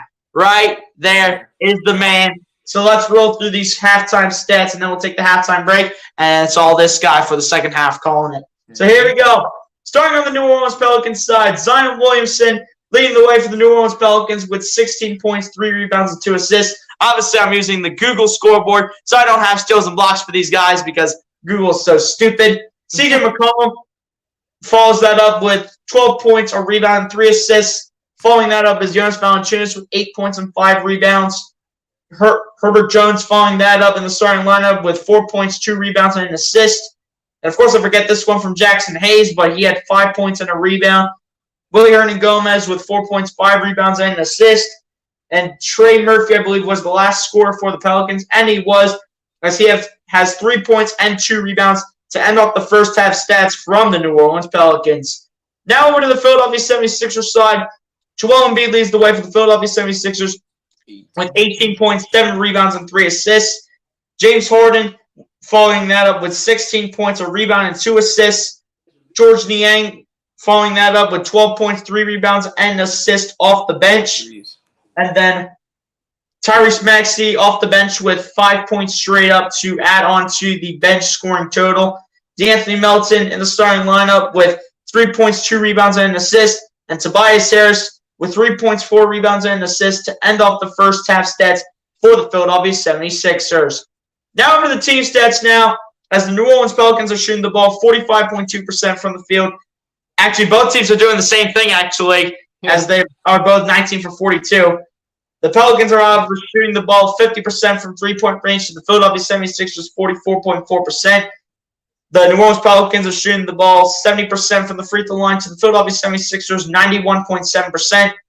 The New Orleans Pelicans are out-rebounding the Philadelphia 76ers 24-20 and same offensively 6-4. The Sixers are out-assisting the New Orleans Pelicans 11-10. And the Sixers also have more blocks than the New Orleans Pelicans 4-3. Same going in favor of the Sixers in steals 5-3. Sixers also winning the turnover battle over the Pelicans 11-9. Pelicans with more points in the paint, though, than the Sixers 20-14. And a total of 23 personal fouls called in that first half, 13 on the Philadelphia 76ers, and 10 called on the New Orleans Pelicans. So, ladies and gentlemen, we will be taking the halftime break, but before we do so, we do have a couple more comments to get to. Then we'll take the halftime break like we always do on the channel. But the first time for my guy, Philly Fan 21, you doing this because I want to see Penn State. No thanks. Penn State, screw them. They can't have an opportunity to win a championship. And by the way, Ohio State owns Penn State. I will throw that out there right now. We own Penn State, all right? Admit it, Penn State fans.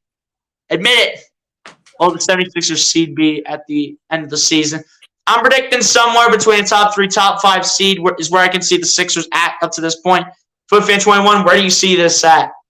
I would say, I would give it like 3 or 4, probably around last year. I think they're going to end with a similar record. I think they were 51-31 last season. I think they'll probably get a similar record. I see the Celtics and Bucks finishing ahead of them, but I honestly think they could get that 3rd seed. I think at worst you're looking at the 5th seed for the Sixers, but yeah, I think they could get the 3 or 4. That's what. Yeah. That's what I'm thinking too. Star Wars 99 coming in and saying Minshew needs to get out of Philly. Thank you. We need to solidify backup quarterback in the offseason. Thank you very much. Mm-hmm. And no, we are not having Ian Book be the 2nd string. Ian Book, dude. That is. This dude's a random. He played for New Orleans, and we lost to New Orleans. Yeah. Stars 99 says, let's go Sixers. Penn State and Utah's almost over. I'm sure Penn State's still kicking their butts right now. They're whooping. We already got to that. So, ladies and gentlemen, on that note, we are going to go ahead and take the halftime break like we always do. For you people that do not know how the halftime break works, as I continue to forget to change the scoreboard, which is 57-52. So let me actually do this really quick. Of course, forgetting things as we go along, but you know what? It is what it is at the same time. But let me just do this really quick, and then we'll break it all down going into the halftime break. So let me just finish doing this here. Let that save. Let that take eternity to do it. Mm-hmm. So then I can just like put it up. And then for this one, for like the halftime break, since it kind of can show like both of us on the screen because it's like more like vertical than what it is horizontal. I'm going to put you in the back, and then like when I come back and when like you're back on, and then I'll add you back onto the stream. All right, man. Sounds good. But, yeah, guys, on that note, like I said before, we're going to take the halftime break. Y'all pretty much know the drill that are used to being on the channel. But for those of you that are new to the channel, go get a snack, go get a drink, go to the bathroom, do whatever you guys need to do in order to get ready for the second half of this game between the Philadelphia 76ers and the New Orleans Pelicans. And, ladies and gentlemen, me and Philly Fan 21 will both see you guys back here for the second half. Mm-hmm.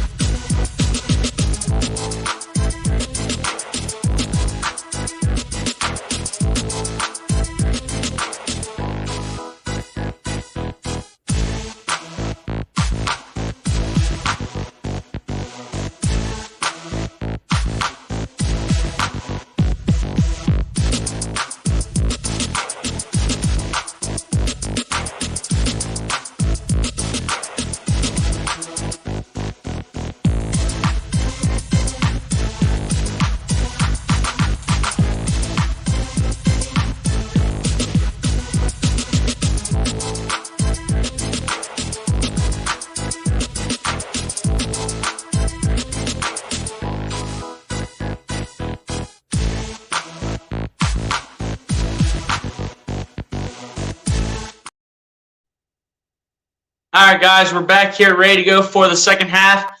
And the second half will be called by my guest, Philly Fan 21, as I have said before in the stream. We still got 7 people in here. Appreciate all you guys still tuning into this one, as everyone has continued to come through and tune in with the 2 of us sharing out this stream, 2 other people, and other people helping us out.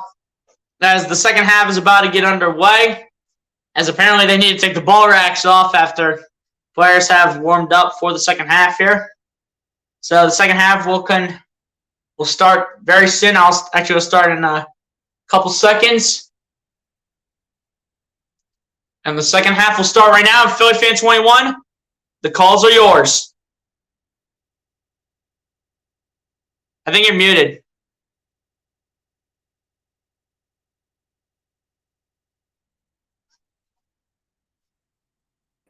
You good now? All right, my bad. Yeah, you're good. You're good. Okay.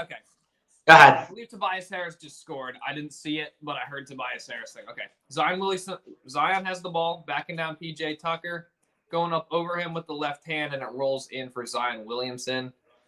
Sixers inbound to James Harden. All right, man. Zion has 18 points, leading the way for the Pelicans right now. Over to Tobias Harris, being guarded by Trey Murphy. Denies the Embiid screen, back to Embiid. Embiid shoots the mid-range jumper. That's off Zion with the rebound. Now Zion bringing it down the court. Over to Trey Murphy. Shoots a deep 3. That's off. And then the ball will go out of bounds off of the Pelicans. That's going to be Sixers ball. Here we go with the invasion of the Penn State fans led by East Coast Gridiron. Hey, appreciate you for coming through, though. ECG. My guy, hit that like button on the stream, my guy. I know. Penn State State fakes down the lane all the way past McCollum, throws it up, off, and there's no foul call. Embiid was looking for the foul. Now Zion pushes it in transition over, bounce pass back to McCollum. McCollum over to Trey Murphy, who shoots a wide open 3 that rims out. Tobias Harris with the rebound. Sixers got lucky there. He was wide open. Tobias now guarded by McCollum. Should take that. No, he's not going to. He's going to give it to Embiid. And Embiid will get it back to Harden. Harden over into the corner to PJ Tucker, who shoots the corner 3, and that is good for PJ Tucker. His one shot that he shoots per game. Thank you. Great shot. CJ McCollum over to Zion, being guarded by Tucker. Drives past Tucker, throws a weird pass out to Herb Jones, who then throws it over to Trey Murphy, who shoots another 3. That one's off. Jonas Valanciunas absolutely bodied PJ Tucker, and they're going to call a loose ball foul on Valanciunas. So there we go. It's going to be Sixer ball. They currently have an 8-point lead. Yeah, Valanciunas completely pushed him in the back. Tucker sold it a little bit, but damn. Hey, man. Harden. I think you tried to stiff arm him, man. Yep. Over to Embiid. Embiid. Spin move. Pretty move to the basket. Embiid. What a layup. Amazing spin move on Trey Murphy. And the Sixers now have a double-digit lead sitting at 10. And Embiid currently has 20 points as he is leading the way for the Sixers. CJ McCollum is being guarded over to Zion Williamson. Being guarded by PJ Tucker. Over to Herb Jones in the corner for 3. That rims out. Valanciunas tips it over to PJ Tucker, so the Sixers secure the rebound there. Back to Harden. Harden. Fancy dribble. He's just kind of not doing much. All right, now he's going around in Embiid's screen. Back over to Embiid. Shot clock is down to 7. Embiid sidestep 3. Rims off, and CJ McCollum grabs the rebound for the Pelicans. Weird possession there for the Sixers. They didn't really get much going. McCollum with the ball. Dribble over to Williamson. Driving on Tucker. Left hand in the lane, and that's good. So, tough shot there from Zion. It's not horrible defense, but it's just a better offensive move there. Anthony Melton being guarded by McCollum. Over to Harden. Harden. Driving. Over to Embiid. Embiid shoots a little mid-range jump shot, and that is good. That's his shot, man. That's the 2-man game of Embiid and Harden working perfectly on that possession. But Sixers got to find a way to slow down this guy, Zion Williamson. Bounce pass into Herb Jones. Reverse layup is good. That was a great look from Zion there to find Herb Jones cutting under the basket. Pelicans are hanging around here. They haven't had the lead in a while, but they're hanging around. Come on now, let's go. Let's keep going. Mm-hmm. Harden. Or Embiid driving on Valanciunas. Nice layup. Nice layup from Embiid there. That's a grown man. That's a grown man right there. McCollum throws up a weird floater. Off the backboard goes in. Back and forth we go right now. They're just exchanging buckets. Harden with the ball. He looked like he was going to pull up for three. Decides not to. Now he sidesteps. Step back three. That's off. The Pelicans are going to get the rebound. They're moving in transition with McCollum. Now Zion, guarded by Harden, drives past him, goes up, reverse layup is good. Embiid was thinking about going up to block it. He got scared that Williamson might try to poster him, so he just kind of moved out the way there. And Zion got a pretty easy basket. 22 points for Zion, shooting 8 for 10. All right. Harden over to Tobias. Tobias pump fakes, then picks up his dribble over to Embiid. Embiid driving, tries to draw a foul, puts up a floater. Goodness. Off. Man. It's a 6 I don't know game right now. I don't know how. Zion to the bucket. And that's good. Pelicans are closing the gap, and the Sixers call timeout. Man. Zion is killing them right now. Zion is doing a lot for them offensively. So, man. It's kind of like Embiid and Zion are going back and forth, it feels like right now a little bit. Both of them are dominating on each end. Yeah. You got At the end of the day, though, it's a close game. It's nice and competitive. Kind of what we expected, honestly, as the Sixers are looking for some revenge from last game. But at the end of the day, it is what it is. And we're starting out with the raid on Penn State beating Utah. This is what happened. Penn State just won. First of all, I'm going to say this. I'm going to say two things, actually. First of all, Utah's not my team, so you can't say BLSG, what happened? You can't say that, all right? You can't say that, and because I'm not a Utah fan. Second of all, the turning point of that game, okay, was when Cameron Rising went out with the injury. If Cameron Rising is still playing in that game for the Utah Utes before he got injured, Utah has a chance, or they might be winning that game because they have experience in the Rose Bowl. And if Cameron Rising continues to play in that game and not get hurt, they pretty much win. They pretty much win the game, if not make it a close one. Here we go. Here's all the here's the whole raid going on. Hey, appreciate the 11 people, man. Hey, what's going on, Papa Store? What's going on, everybody, with the ECG raid on Penn State? What happened? Hey, appreciate you, though, for the support, ECG, man. Y'all haven't done so, subscribe to, all the people that started the ECG raid with East Coast Gridiron, Coach Dante, brother, I can't tell what that even says because it's later in a different font, Big Fridge, Papa Sora, Normal Guy, if they all have channels. What happened? Where's the energy that you were talking about? Hey, don't even be bringing that up. The turning point was when Cameron Rising went out with the injury. Cameron Rising probably beats you off. He's still playing in the game, dude. Not even joking. And I'm not a Utah fan, so get that hate out of my chat. Nah, I'm just kidding. But where you hide? Off right now. Hey, I'll go off all I want on these people's supporting Penn State, for heaven's sakes. Okay, you guys need to hype for your team, so do it. All those people commenting, they better be liking and subscribing. Hey, they're all supporting. They're just joking around. Oh yeah, I know. But it is what it is. I see all these comments here. I see it.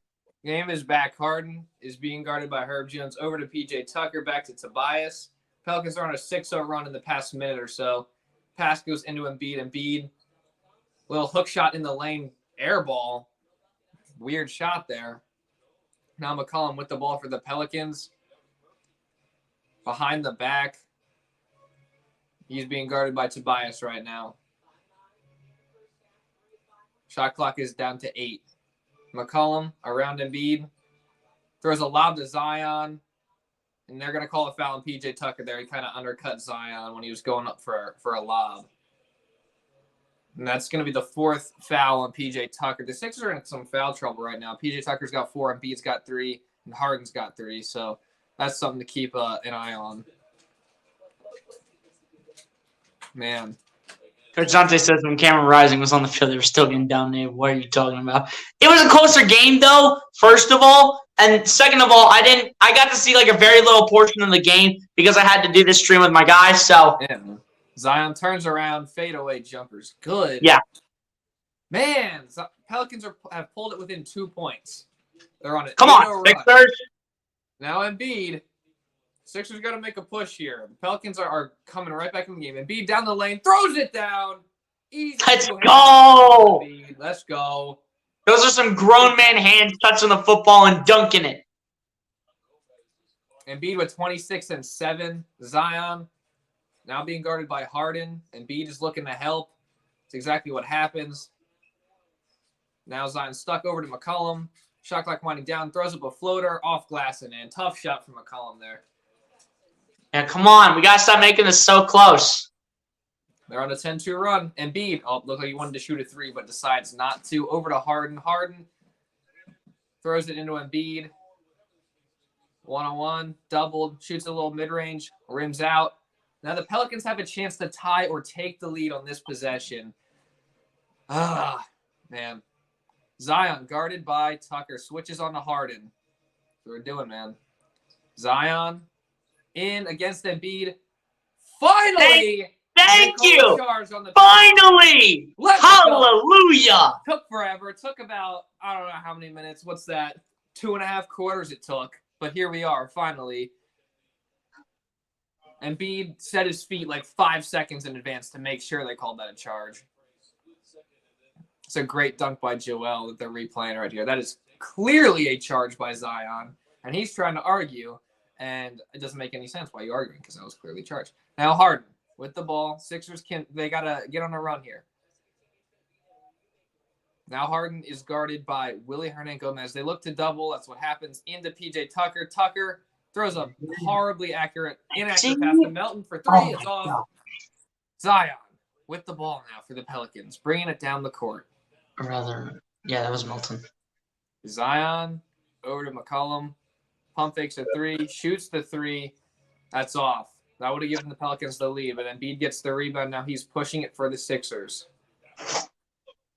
Embiid over to Harden. Harden shoots the 3. That's off. Zion with the rebound. Throws it ahead, wide open, cherry picking his Trey Murphy. He's going to get an easy 2. And the Pelicans have came all the way back to tie the game at 7. Run. Come on. Man. DeAnthony Melton into Embiid. Sixers got to get some going here. Embiid pulls up. Let's go. Hits the shot. He's going to the line for one more. Great move from Joel Embiid. Nice. And maybe that'll get the Sixers offense going a little bit. I hope so. So you can't even talk. You didn't even see the whole game, so you don't know that if Cameron Rising was there, they would have won. And he threw in a reception. Well, last year when Cameron Rising played against Ohio State in the Rose Bowl, it was a close game. It was literally a 3-point game. Ohio State won on a game-winning field goal. Against Penn State, y'all probably went ahead and you were blowing Utah out so much that you decided to throw your backup quarterback in, which is, in fact, Drew Aller. So, I mean, it is what it is. Props to Penn State, don't forget that win at the end of the day. And my apologies, Philly fans 1-1. Please go ahead and continue. Now you're good. Embiid hits the free throw. Devontae Graham shoots a 3, and he misses. Embiid grabs the rebound. And now the Sixers can push their lead back up to 2 scores here. Over to Melton. Melton shoots the wide-open 3, and that's good. That's so. And the scoreboard has been changed wrong. They changed it wrong. They gave it to the Pelicans. Now they fixed it. Sixers lead by 6. Zion is now being guarded by Tobias Harris, and they got to do something with Zion here. He's been dominating. They've done a good job the last few possessions. Over to Marshall for 3. It's off, but they get the offensive rebound. Maxey is in the game for the Sixers right now. Zion driving, kicking over to Willie Hernangomez in the paint, gets an easy layup. All right. Melton over to Embiid. Embiid driving. Back to Melton. Melton attacks the closeout, goes into the paint, shoots up a tough shot, and a foul is called on Devontae Graham, and DeAnthony Melton should be going to the line to shoot a couple after this timeout. So it's a tough stretch there for the Sixers. They kind of got it going a little bit at the end there, but they let the Pelicans crawl all the way back in. So now they got to rebuild their lead and hope that they don't let this one slip away. Yeah, it's a fact. Yeah. You know what's funny is I think it's funny how this is a basketball stream, but it's basically become college football. Like that's like all the comments now. Hey, I talked crazy about like Penn State before like the game even started, like the day prior or whatever. Yeah. And hey, I get what I deserve. They all come in here, start a raid, but you know what? That's all Whenever right. people throw into these raids, it happens in a lot of these streams. It really does help you with the views, though. I will say that to say the least. It's entertaining. I like it. It's great. But hey, it's all good stuff, though. They're just trolling. They're just trolling and joking around. Let them be who they are. I know, man. Okay, now I see what this guy's actual name is. It's Brother BKL Contreras. Wait, what? Sport entertainment guy.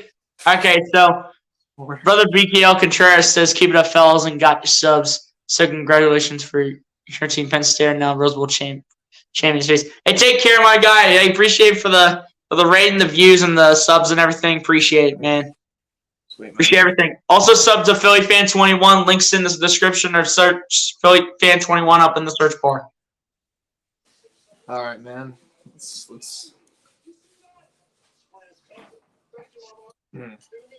I like how we did that at the exact same time. What? When we both went ahead and took a drink out of our I cup. can't see you. I'm just like. So I guess I'll see it on. We both went ahead and did it at the exact same time, and you didn't even realize because that's kind of funny. Yeah, I can't even both see. facing the other way. Dude, streaming is difficult. Like you always want to have a cup of water because you're just sitting here talking for a long time, man. You always want to have a cup of water. If anyone wants to stream, Exactly. A good tip. All right, man. So Zion and Embiid have been both dominating in this third quarter, each for their respective teams. Zion's been doing it all for the Pelicans, while Embiid, I believe he has 11 points in the quarter. It might be a little bit off, but it's around there. So both have been really dominant for both these guys. Yeah, in this quarter, Embiid has 11, Zion has 10, although Zion is shooting 5 for 5, and Embiid is shooting 5 for 11. So, yeah, Zion, they got to find a way to slow down Zion right now because he's killing them. He is killing them, and he's kind of been the turning point here and what's led the Pelicans back into this game. So hopefully, if he goes off for a little bit, the Sixers can capitalize on that. Is he still in the game or not?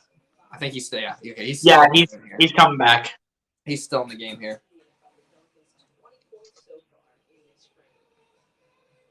All right.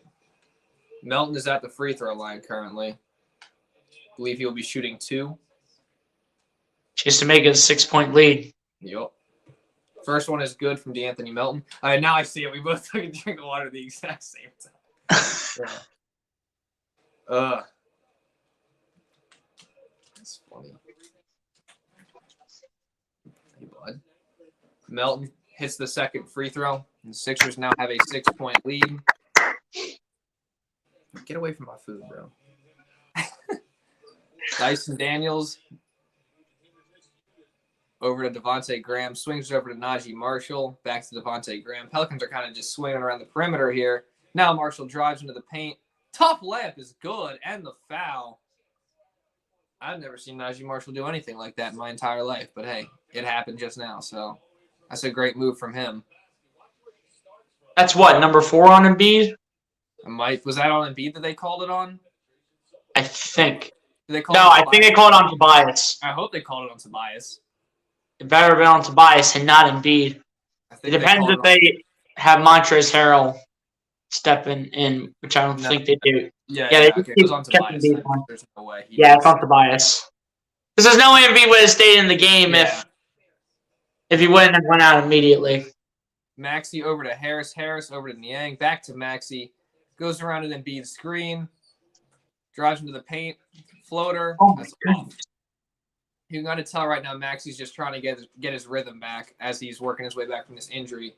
Now Marshall drives on Niang into the paint. Tough shot. That's off. Willie Hernan-Gomez gets a great offensive rebound, puts it up, puts it in, and the foul. And just like that, Hernan-Gomez has a chance to tie the game once again for the Pelicans as he will go to the line.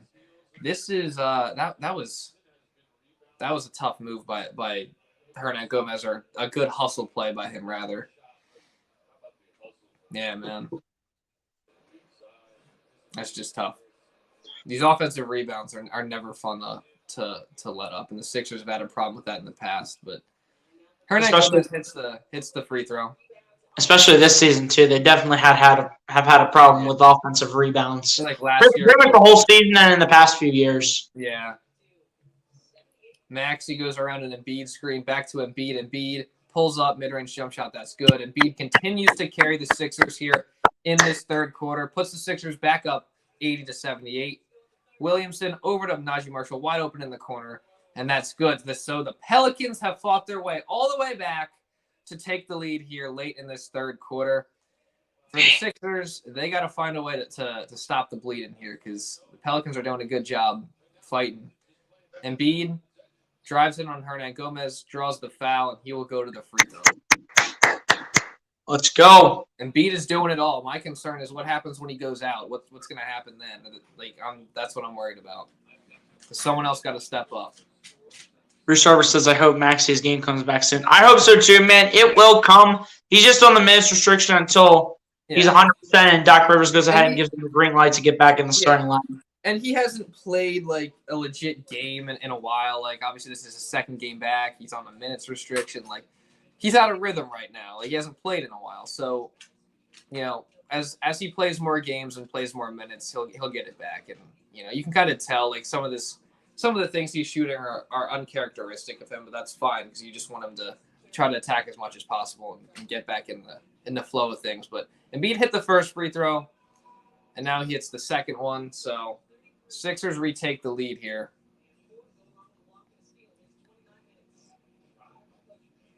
Now, Najee Marshall guarded by Maxey, over to Dyson Daniels. Throws it over to Devontae Graham. Pump fakes, sidestep three. That's off. Tobias with the rebound. See if the Sixers can make a little push in the last minute of this quarter here. They better. We need it. Yeah, well, they need it, man. That's Tobias. Over to Embiid. Embiid pulls up mid-range. That's off. Man. Zion. Defense, boys. Ooh, Zion, I think, just hurt him. Oh, my goodness, Maxey. Valanciunas shoots a three. That's way off. Now Maxey against Valanciunas goes up with the layup. That is good. And the foul. Great move from Tyrese Maxey. He will be going to the free throw line for a chance to add on one more. I think Zion hurt himself in that previous play. He kind of looked like he was limping a little bit. Did he not? Look at him back there. Do you see him? Yeah, I see him back there. He's a little slow. I don't know. He was driving and then he stopped and I don't know. And then he just started walking and limping. Yeah. I think Zion's hurt. Yeah.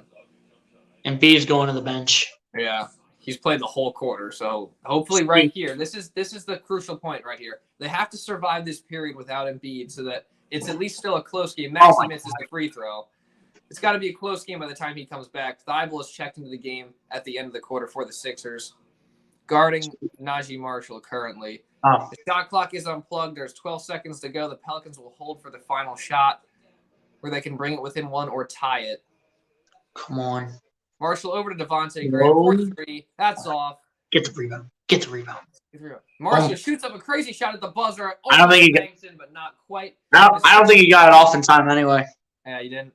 Sixers will enter the fourth quarter with an 84-81 lead, with Joel Embiid dominating in that third quarter for the Sixers. Now we just got one quarter left to go. Hopefully the Sixers can survive this period without Embiid and then win it when he comes back. And this has been a good game so far. This has been a good game for sure. As we expected it to be this way. We expected it to be a good game. Yeah. And it has been a good game. The last two games against this team, this one and the last one, they've both been really good. Mm-hmm. Oh, man. All right, where was I with the chat here? The chat here. Bruce is going crazy right now. I know he does this all the time, but you know what? It's love and support. Yeah, I like it. I'm not saying anything bad about it. I'm just like, man. Says once Maxi's feeling it again, I hope Doc will start him and use Harden in a more limit. Harden's not going to the bench whatsoever. Melton's going to be the one going to the bench. Yeah, but Melton should be a solid contributor, and if Niang can continue to do his thing, we should have a solid bench unit as long as they can stay consistent with their bench scoring, like what they're doing tonight. But in particular, when talking about tonight's game, George Niang. Exactly. Thank goodness for Embiid. Thank goodness we have. What I'm going to say right now is the best center in the league. Yes, this season. 100%. So you're both right. I hope so. Anyways, yeah. Even with Gardner Minshew quarterback, I was shocked we lost to the lowly New Orleans Saints. I was shocked that our performance against the Cowboys was better than the one against the Saints. Yeah, our performance against Dallas was better. Yeah, and I was at the game yesterday, and trust me, everyone in that stadium wanted to they wanted to cut Gardner Minshew immediately after that game. Like it was so bad. It was so bad. That pick six was one of the worst pick sixes I feel like I've ever seen. He completely was staring him down, and yeah, it was not good. He did not play well at all, and he probably cost the Eagles. At least he was the main reason they probably ended up losing. So that's my opinion. Between him and Gannon.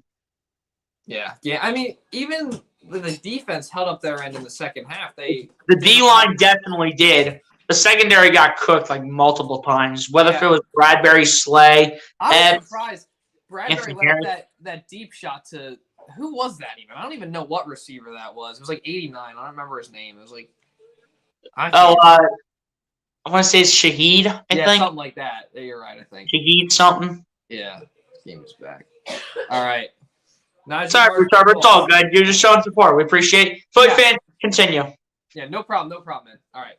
Valanciunas posting up Niang. This is a bad matchup for the Sixers. A little turnaround in the lane is good. Yep. I don't want to see that. That's bad. It's a bad matchup. Shake Milton. Now we'll bring the ball up for the Sixers. Over to Niang. Back to Harden. Harden is back in the game. Shake. Over to Niang in the corner. Over to Harden. Swings it. Shoots the three. That is good from James Harden. Let's go. Let's go. Sixers needed it. Let's go, Beard. Hey, you gotta hit it with the beard sound effect. The Beard. All right, that's right. I like it, man. Yo! What is that? Thank you! They finally called it off. Oh my God! Finally! They're posting up, dude. Valanciunas was posting up Harrell. Harrell went to the ground, and then they waited 5 seconds. And then Valanciunas is starting to say some prayers. He literally is putting his hands together like praying hands. Come on, dude. All right, man. That's crazy. Hey, a couple of the block charge calls have gone our way. Harden shoots another three. That's off. Man. Monte Graham. I want that to go. I wanted it to go so bad. So did I, man. Valanciunas spins on Harrell. He's pissed now. Throws some garbage up. Gets stripped by Niang. Now the Sixers are off and running with Harden. Harden drives to the basket against Marshall. Puts up the floater, and it's good. Let's go, Harden. Harden's starting to feel it, man. Put some respect on James Harden's name, baby. Mm-hmm. McCollum throws a lob to Valanciunas. He's wide open, catches it, goes down, and then puts in the easy layup for two. That's supposed to be Montrezl Harrell's guy with Zion off the floor. No, I don't know what happened there. Maxey spin move. And then he'll pull it back out. I see them running a little bit of bully ball with Valanciunas and Jackson Hayes on the floor at the same time. Maxey to the basket. Yo! Absolutely denied by Jackson Hayes. That is a great block. I thought that was a goal. Marshall in transition, he gets an easy layup. That's just a great defensive play by Jackson Hayes there. Nothing Maxey could really do about that. That was a good attempt at a layup, but man, that was a great defensive play. That was a great block. Harden is being guarded by Jackson Hayes. Valanciunas switches on. Niang shoots a three. That's off, man. Niang hasn't really given us much since the first half. Devontae Graham Euro stepping in the lane, throws up a tough layup. It's off. And I believe they're going to call a foul here on Tyrese Maxey. What happened there? Maxey's staring at the Jumbotron. Yeah, let me see that again. Yeah, that was a great block by Jackson Hayes. Nothing Maxey could really do about that. Oh yeah, when you look at the replay, it did. He barely got it before it would have been a goaltend. Yeah, it was just in time. It was still a good block. Now All right, Devontae Graham, give us those chicken nuggets. Yeah, there's no way. I don't think it's gonna be him that's gonna do it. It's gonna first free throw. There you go. Yeah. It's gonna be like one of the centers. You know, it's gonna be one of them, if any. Yeah. You're all right. You're all right, Bruce Harper. You're good. We appreciate the support. You know, you keep the chat going. You keep the chat going. Hold on. This thing's bugging. Coming in for Shake here, which I actually like because I think Thibault deserves a little bit more of a chance. I feel like he's kind of not gotten a consistent role in this team yet, so I'm happy he's in the game here. Devontae Graham will hit the second free throw, and the score is tied 89-89 after a 6-0 Pelicans run within the last 53 seconds. Harden over to Montrez. Over to Maxey, wide open in the corner. Can this one go? It will. Let's go. Good shot from Tyrese Maxey there. He needed that. The Sixers needed it. Sixers now have a 3-point lead. McCollum guarded by Maxey now. McCollum gets the ball stolen by Montrezl Harrell. Bring it down the court. Thibault over to Harden. Harden. Come on. Lane. Harrell goes up. Oh my gosh! Great block by Jackson Hayes again. Comes out of nowhere to block that shot, but it's going to be Sixers ball. So at least there's that. At least we retain possession here. Great shot from Maxey there. Needed that one.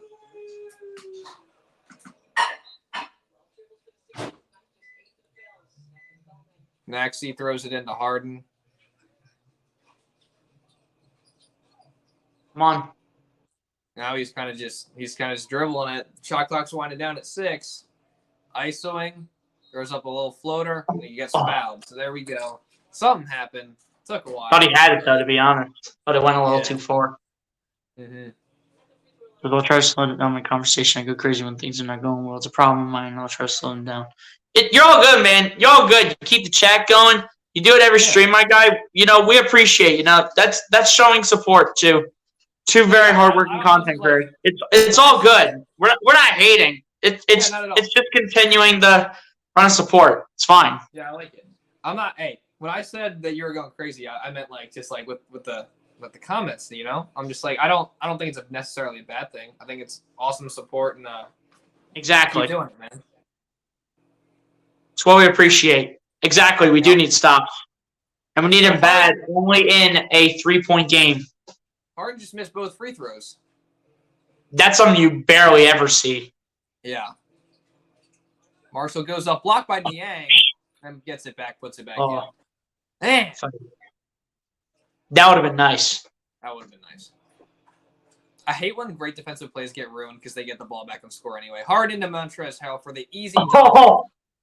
Great. Montrezl Harrell was wide open, dude. Yep. They left him, man. Jose Alvarado is back in the game for the Pelicans. Has he been in the game? I don't even know. Drives in on Maxey, puts up a floater. Misses it. Harrell with the rebound. Oh. Throws it over to Harden. Now Harden being guarded by Marshall. Switches on to Jackson Hayes. Goes around the screen from Harrell. Then pulls it back out. Still guarded by Jackson Hayes here. Now the double comes. Throws it behind his back to Niang. Swings it over to Maxey. Maxey drives. Goes up. Easy layup. Let's go.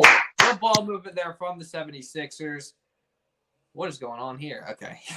Marshall. I was about to say, like, geez. Yeah. Out of bounds. We're going this way now. Let's go. Ball. Niang's going to hustle over and try to get it in bounds quick, but the Pelicans decided to whine and complain pretty, what's the word I'm looking for? I can't think of it, but emphatically, there we go. And it's going to be Pelicans ball because they complained, so there we go. Looks like we're running Harden with the bench lineup. Yeah, that's what we've been doing. I actually don't mind this at all. I just hate the all bench lineup. Yeah, the all bench lineup is death. It's terrible. That's the death lineup. Yeah, I don't mind the Harden with the bench because I feel like he plays well with them. Harden Or any starter with the over bench. Niang, I don't Niang care. for three. Bang! Let's go. Great shot Boom! from Niang right Let's there. go. I get back on defense. I don't actually know the score now because it's not on the screen, and I forgot what the score was before.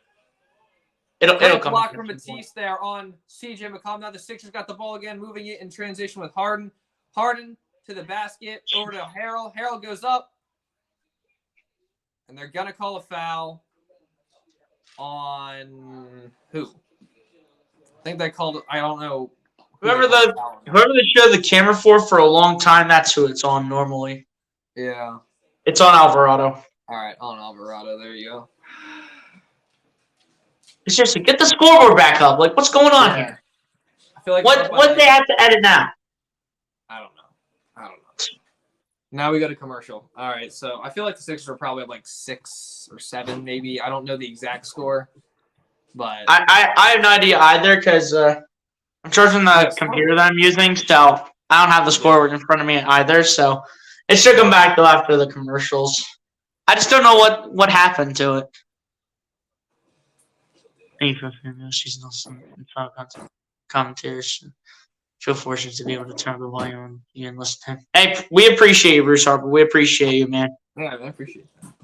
He is the top commentator, man. He's been doing this. He's been doing streams consistently for a while. So, hey, I'm trying to do as many as I can. At times, other things get in the way, but yeah, whenever I have the time to do a stream, I'm always down to do a Sixers one. And I know we'll do one on your channel at some point. We talked about this yesterday. Yeah. We'll do one on your channel to make up for the fact that we were trying to get going on both channels. But we'll do one on your channel to go ahead and make up for it. So we'll do it that way. And also, my stupid internet alert had to bug out, so I had to go back out, come in, wait for all the BS to go off. Mm-hmm. That barely ever even happened. That's like the first time it's happened in so long. Really? Yes, actually, I'm not kidding. Because I was looking at the thing and I saw that you like went away for a little bit and I was like, oh, what happened there? But hey. Yeah, my internet just effed up. You're back. You're fine, man. You should still do the Eagles one day. I understand logistics make it difficult. Oh yeah, you can talk about that one. So he's talking to you there. Oh, the Eagles play-by-plays. I mean, here's the thing though. When those happen, we have like people over for like when we do like when the 1 o'clock games show up, or even like sometimes the 4 o'clock games. So that's why I don't stream more Eagles games, because like if that's like in the background or anything, it'll kind of disturb it'll disturb the stream and it'll get in the way with like the background noise. So that's why I don't do more of the Eagles games. But when there's like no people over and when it's just like my parents and myself, then I will end up streaming the games. I streamed like one game for the Eagles this regular season. That was against the Pittsburgh Steelers when there was nobody over. So that was the only game I streamed for the Eagles in the regular season. So at the end of the day, that's why I don't stream more Eagles games than what I probably should be. But you know, I've been putting out a lot of Eagles content. Obviously, you have as well as the Sixers. We've been keeping up with the content constantly, and you know that's all that matters. Even if it's not the Eagles all the time, it's still being consistent. That's what us YouTubers are here for. Mm-hmm. So I believe they called a technical on somebody. I didn't see who, because Harden is shooting a free throw. He hits it. It's on CJ McCollum. CJ McCollum. So the Sixers scoreboard is back there, leading 100-93. Thank goodness. Lead. And I believe Montrezl Harrell should be going to the line here. But we'll see. Yeah, he's at the line. Yep, Trevor's at the line. So he can make this a 9-point game here if he hits both free throws.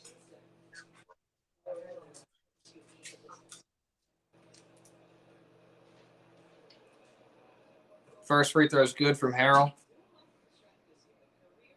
Yeah, first one good at the line, 101.93. Let's go. He's got this extremely high arcing free throw. It's really interesting. I know. But hey, I can't complain because it goes in. It goes in. So I'm like, okay, that's fine. And I can't complain that he's a backup center doing this. Like, centers are not known to make their free throws unless if your name's like Embiid, Jokic, Karl-Anthony Towns. I can't complain the way Montrezl Harrell's been doing this. I thought his free throw percentage was higher, and apparently it's not. Yeah, I mean, because he's made a lot of free throws, in my opinion. Yeah, I would still be doing the Phillies if they were playing not at the same time as the Sixers, though. McCollum Doubled into Jackson Hayes over Niang. Goes up, is fouled. Yeah, I guess so. It happened there. Jackson Hayes is face. Oh, he's faking the injury per usual. He's faking it. He's faking it. He's faking it just for the entertainment. Yeah, that's foul. He's doing this for the entertainment on like the highlights. Yeah. All right, so Hayes is at the free throw line. I don't know how good of a free throw shooter he is. Well, we'll find out here. I haven't looked at his stats a lot lately, but the first one's good for Jackson Hayes. This was someone that I wanted the Sixers to pick up, like in the offseason before they picked up Montrezl Harrell to be a backup center with, with Drummond going out and everything. Yeah. Mm-hmm. This was someone that I wanted to pick up. I wanted the Sixers to pick up Jackson Hayes. Yeah. And I did make a video on it, I do believe, as the second. Oh, my fault. I'm not used to having two people on at the same time, but it is what it is. Hayes. But the second one was missed. Second free throw out to Niang. Niang shoots the three. That's all. Oh, Hayes gets the rebound. Sixers still have a 7-point lead. That's tough. We want to get like all our thoughts in, but we also have to like focus on the game, like and make. Exactly. That's exactly what happens. All right. McCollum. Guarded by Matisse. Picks up his dribble. Throws it over to Hayes. Hayes pulls up mid-range jumper. That's off. Maxey gets the rebound. He pulled up real confident. I didn't know he could shoot like that. Harden. ISOing, drives in on Trey Murphy. Goes up with the layup. It's blocked. Great block. Matisse gets the rebound and puts up a floater. Puts it in. Sixers have a 9-point lead with just under 6 minutes left to go in the game. Sixers got to find a way to hold on to this here. It's looking promising, but they can't let it up. They got to keep their foot on the gas here. Alvarado against Maxey. Now over to Hayes. Hayes over to McCollum. Into Hayes. Hayes throws it to Trey Murphy. Over to Alvarado. Drives in. Throws it back to Hayes. Hayes puts up the floater, and that's good. Great ball movement by the Pelicans on that possession there.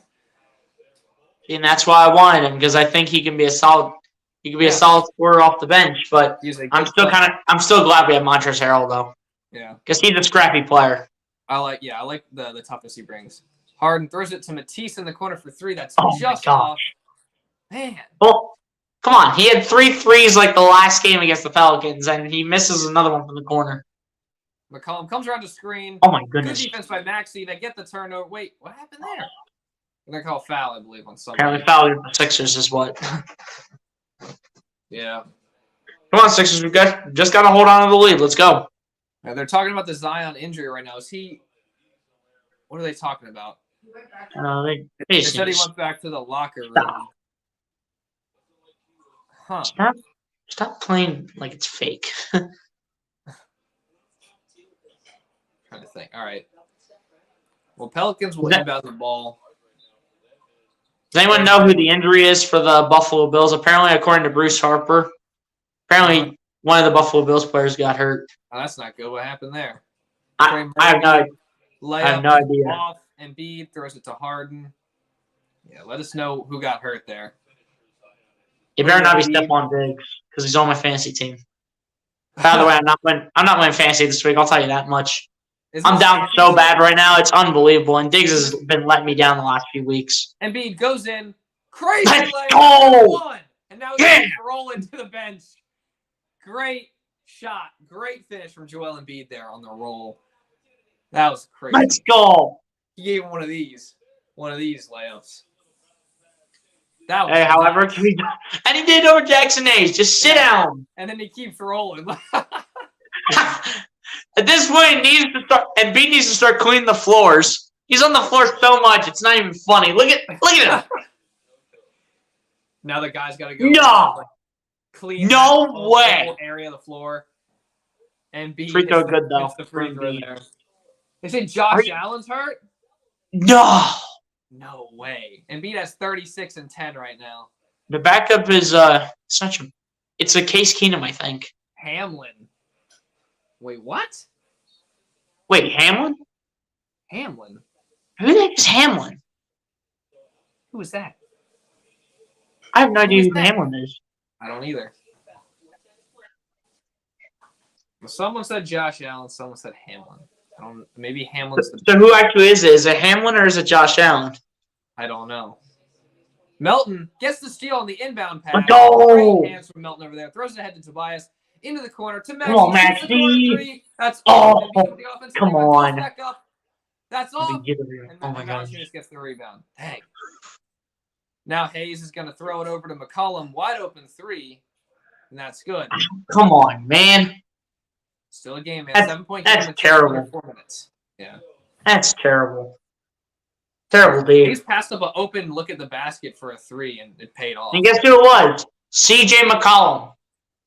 Yeah, man. Sixer killer from three. Come on. Embiid, nice little face-up mid-range there. Embiid says he's going to take us home here. Hayes driving in to the basket, throws it up. That's off. Telling Embiid. And Embiid went down, and he's... Oh, no. Don't start this. Bad. Don't start this now. Come on. Come on. Get up. We're helping him up. He needs help up like every time he falls to the ground. Like, seriously. Sixers call a timeout. Oh, no. This is not good. Bad. Dude, he's limping. Trying to walk it off. He's limping. This is not good. He's a tough guy, though. Yeah, that's true.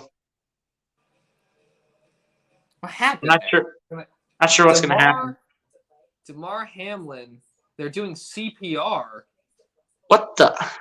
It's bad, very bad. We just send up prayers for. Oh my gosh. Took a hit, got up, and then just fell down flat on his back. What happened there? It's insane. CPR? What, they're doing it to see if he's... What, they're doing that to see if he's still breathing? I think that's what CPR is. I don't know. Or him when they're doing CPR. It's bad, very bad. Hey, prayers up. Put the prayer hands in the chat, everyone. Prayers up for this guy. What's going on here? I don't even know. I don't have the game in front of me. Yeah, everyone's probably taking like a knee right now for him.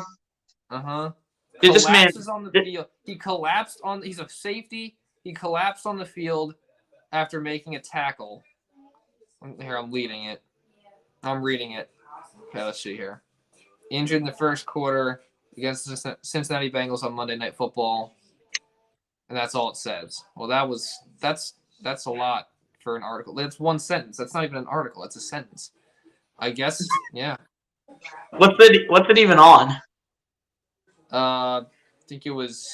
What website? I think it was MSN. That's unreliable. But it's like. Bruce Harper, honestly, I would be too if my own player or any player in the league went down for their team. Yeah. I would too. No, there's a thing on YouTube where I'm not gonna watch it because I don't want to like screw anything up. But Diggs is crying. I would too if my own player was hurt. Oh my god. On the verge of crying. What is it that bad? No, it can't be that bad, dude. Come on. That's awful. Prayers up to him, man. Is it really that bad? Can I see? I'm watching it right now. I want to see what happened here. As long as it loads. I mean, is he even moving? Sean McDermott's like on his. Hold up. I think it was Bede's right leg. Yeah, he's back in the right leg, right foot, something. Let's see what happened. I'm trying to see what happened to this. I'll look into that like later. Ooh. He got hit like right square in the chest. He stood up and then he just like passed out. That's not good. All right. Well, Sixers is back, so let me do this now. But that's awful.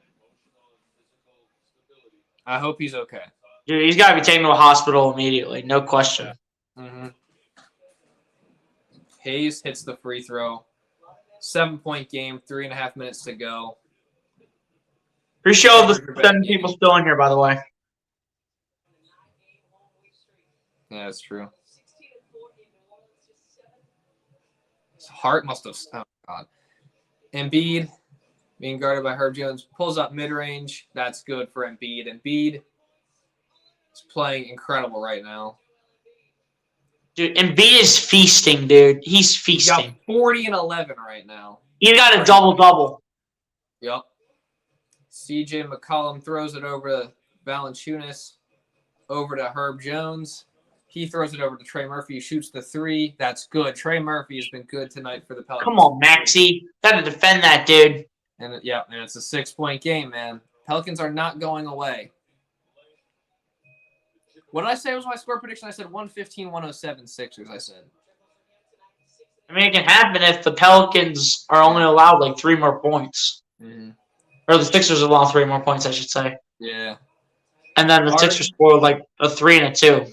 Shot clock winding down. Oh my gosh, come on. Back 3. That's man, too long. They waited too long to do anything there. They didn't really do much. McCollum pulls up for 3. That's good. Come on, man. It is a 3-point game with 2 minutes to go. This is a close one here. This is a great game. We are coming down to the finish here. 8-2 run for the Pelicans in the last minute and a half. That's ridiculous. Come on, guys. Harden.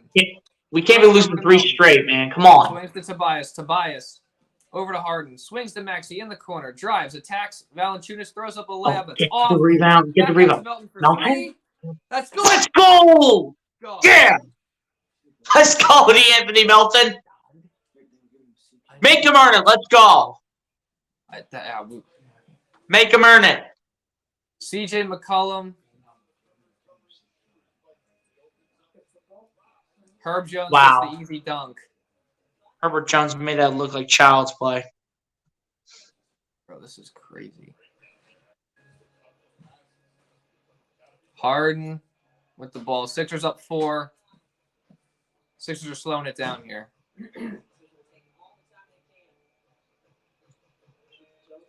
Embiid over to Harden. Harden shoots the 3. Let's go! Come on! Sixers go up 116-109 with a minute to go. 7-point game. And they just get a couple stops here. They should have it. McCollum shoots a floater. Misses. Melton with the rebound. One more bucket should 100% seal it here for the Sixers, but they're going to slow it down wisely. This might be it. Sixers might have secured the win here. Pelicans aren't fouling. Let's go. Embiid pulls up, mid-range.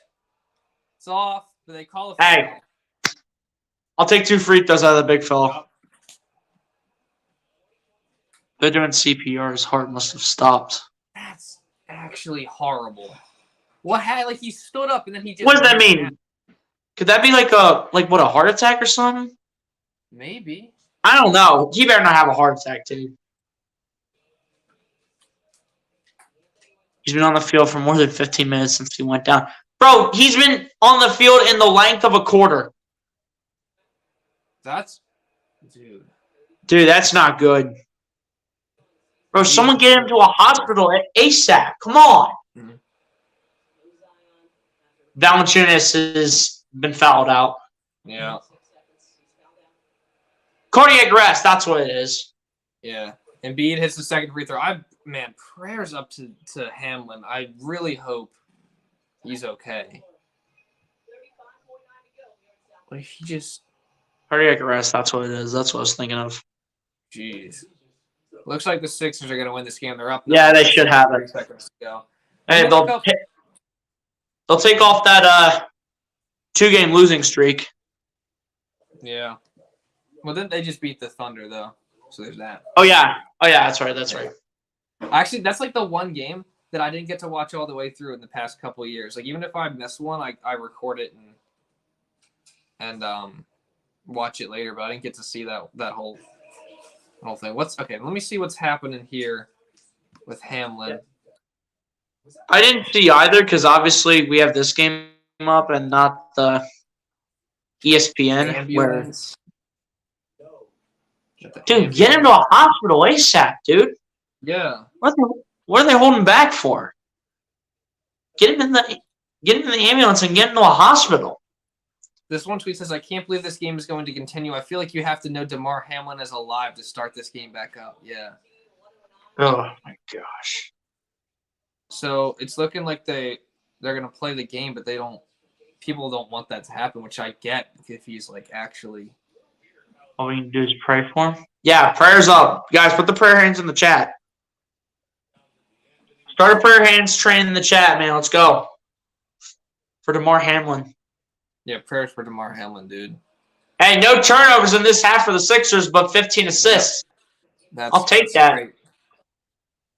I don't even know why. I don't even know why the timeout was taken. They're gonna foul him. There's no point. Yep. 29 seconds left to go. The Sixers looks like they're gonna get the win here. They've got him into the ambulance. He's either at the hospital now or being transported. I hope. My dude, God. Please be okay, dude. Is this like the most serious on-field thing that's ever happened during an NFL game? Probably. That probably is. Wasn't there like one guy in the secondary for the Vikings that like passed away at an early age? There was like that one. You talking about that in the summer?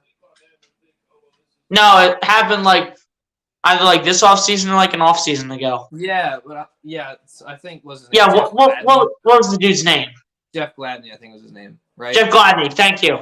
Yeah, he did, but that wasn't on the field. I'm talking about like this is happening like live on the field. McCollum goes to the basket, gets fouled. Dude. It's like I want to be excited for the Sixers winning, but this is just crazy. Yeah, that sucks. Mm-hmm. Last 5 games for Harden. Literally, the assists have literally been insane. Well, the point totals have been insane as well. They've all been 20 points plus. Mm-hmm. Right now, he's got 26 points and 8 assists. Wow, the game's been suspended. They got to. They're saying you're going to delay it even further or cancel it. Yeah, they should. I mean, they at least need to know he's okay. Like, that's. Whew. I don't even know. Move a rematch to tomorrow, maybe. Maybe. I don't even know what they're going to do. Yeah. Colm hits both free throws. Sixers throw it into Embiid. Pelicans should just let this expire here. Maxey. All right, now they're just going to let it go. Harden with the ball. They're playing the song. Let's go. Sixers are going to get this win here. 120 to 111. 5 hands, everybody. Let's go. Sixers got that win. Great win. They make them back and play tonight. Nobody knows yet. I think they'll leave it to the Bills players and staff. Yeah. I mean, that's right. The Bills, I think, decide that because they're the home team. Yeah. All right, so 120 to 111 for the final score. Sixers win. Dude. Excited the Sixers won, but just thinking about DeMar Hamlin right now. Yeah, hopefully he's all right. Zion Williamson with another solid game. Is one of the players of the game, and then same with Embiid putting up 42. 42, 11, and 5. Zion Williamson, though, he shot the ball really nicely. He did. 10 for 12 from the field for a forward and technically a small ball center option. He also got injured in the third quarter, though, and didn't come back. So, yeah, that's true. But still, he definitely had a great game, regardless. For sure. All right, do we go over the box score here, or is that how we end it? Is that how we end off the stream? We go through the box score and go through it. We go through like the stats, and if you want to, and after like all the stats and everything, if you want to put like any final thoughts out there or anything, or just like shout your channel out or anything, then gotcha. Then you can do that after I go through the final stats. Whenever the computer decides to update, like that'd be great. Gotcha, man. That was a sweet win for us. Sorry if I drag things down, but I thought you'd want to know. Hey, it's all good, Bruce Harper. It's all good. You know, you've been like the main support back in the chat for like the last few comments. And you know what? We continue to appreciate everyone that shows support, no matter how many times they comment.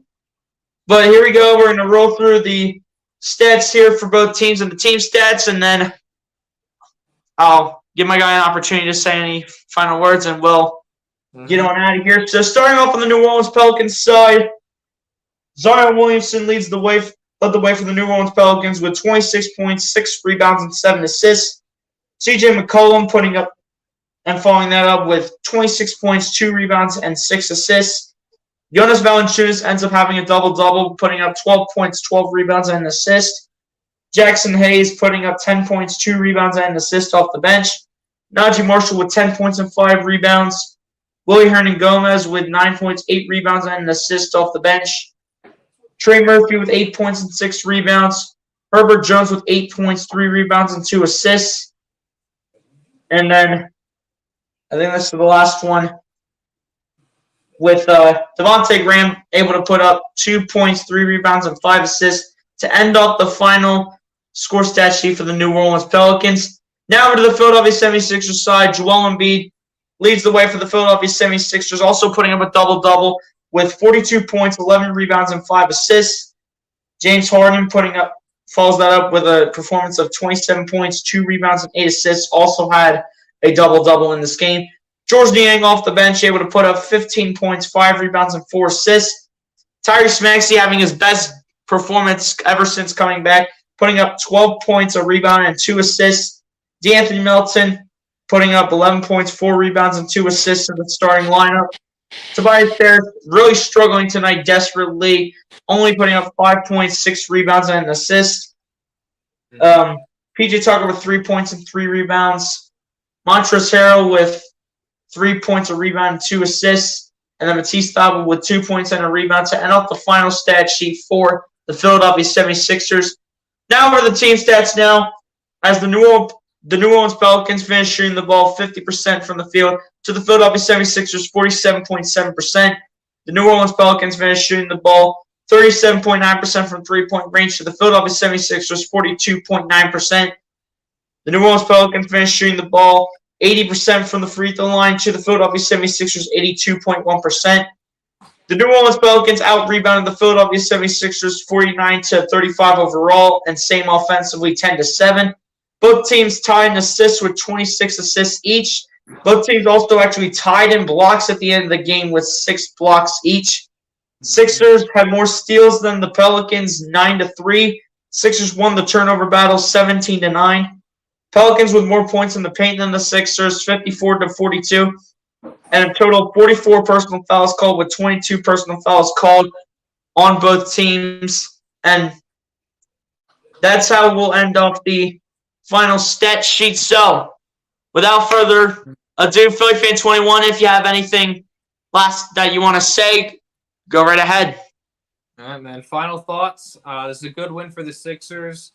They won the turnover battle, and they were able to capitalize off that. I think that's one of the stories of the game here, because last game they played the Pelicans.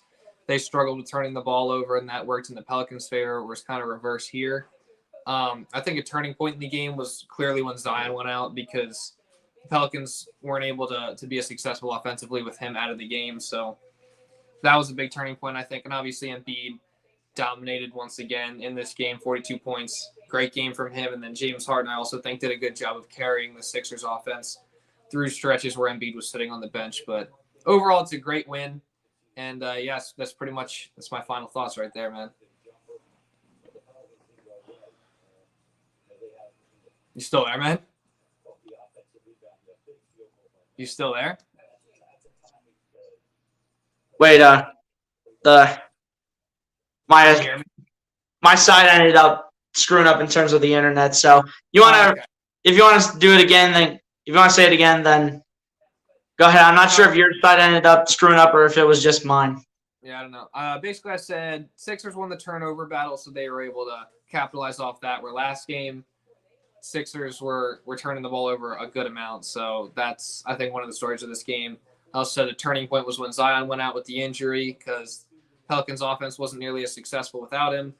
Embiid clearly dominated in this game, 42 points, great game from him, and he kind of carried the Sixers through stretches. And so did James Harden when Embiid was on the bench, so great game from those two, leading the Sixers to the win. Overall, great win for the Sixers, and hope they can keep this thing going.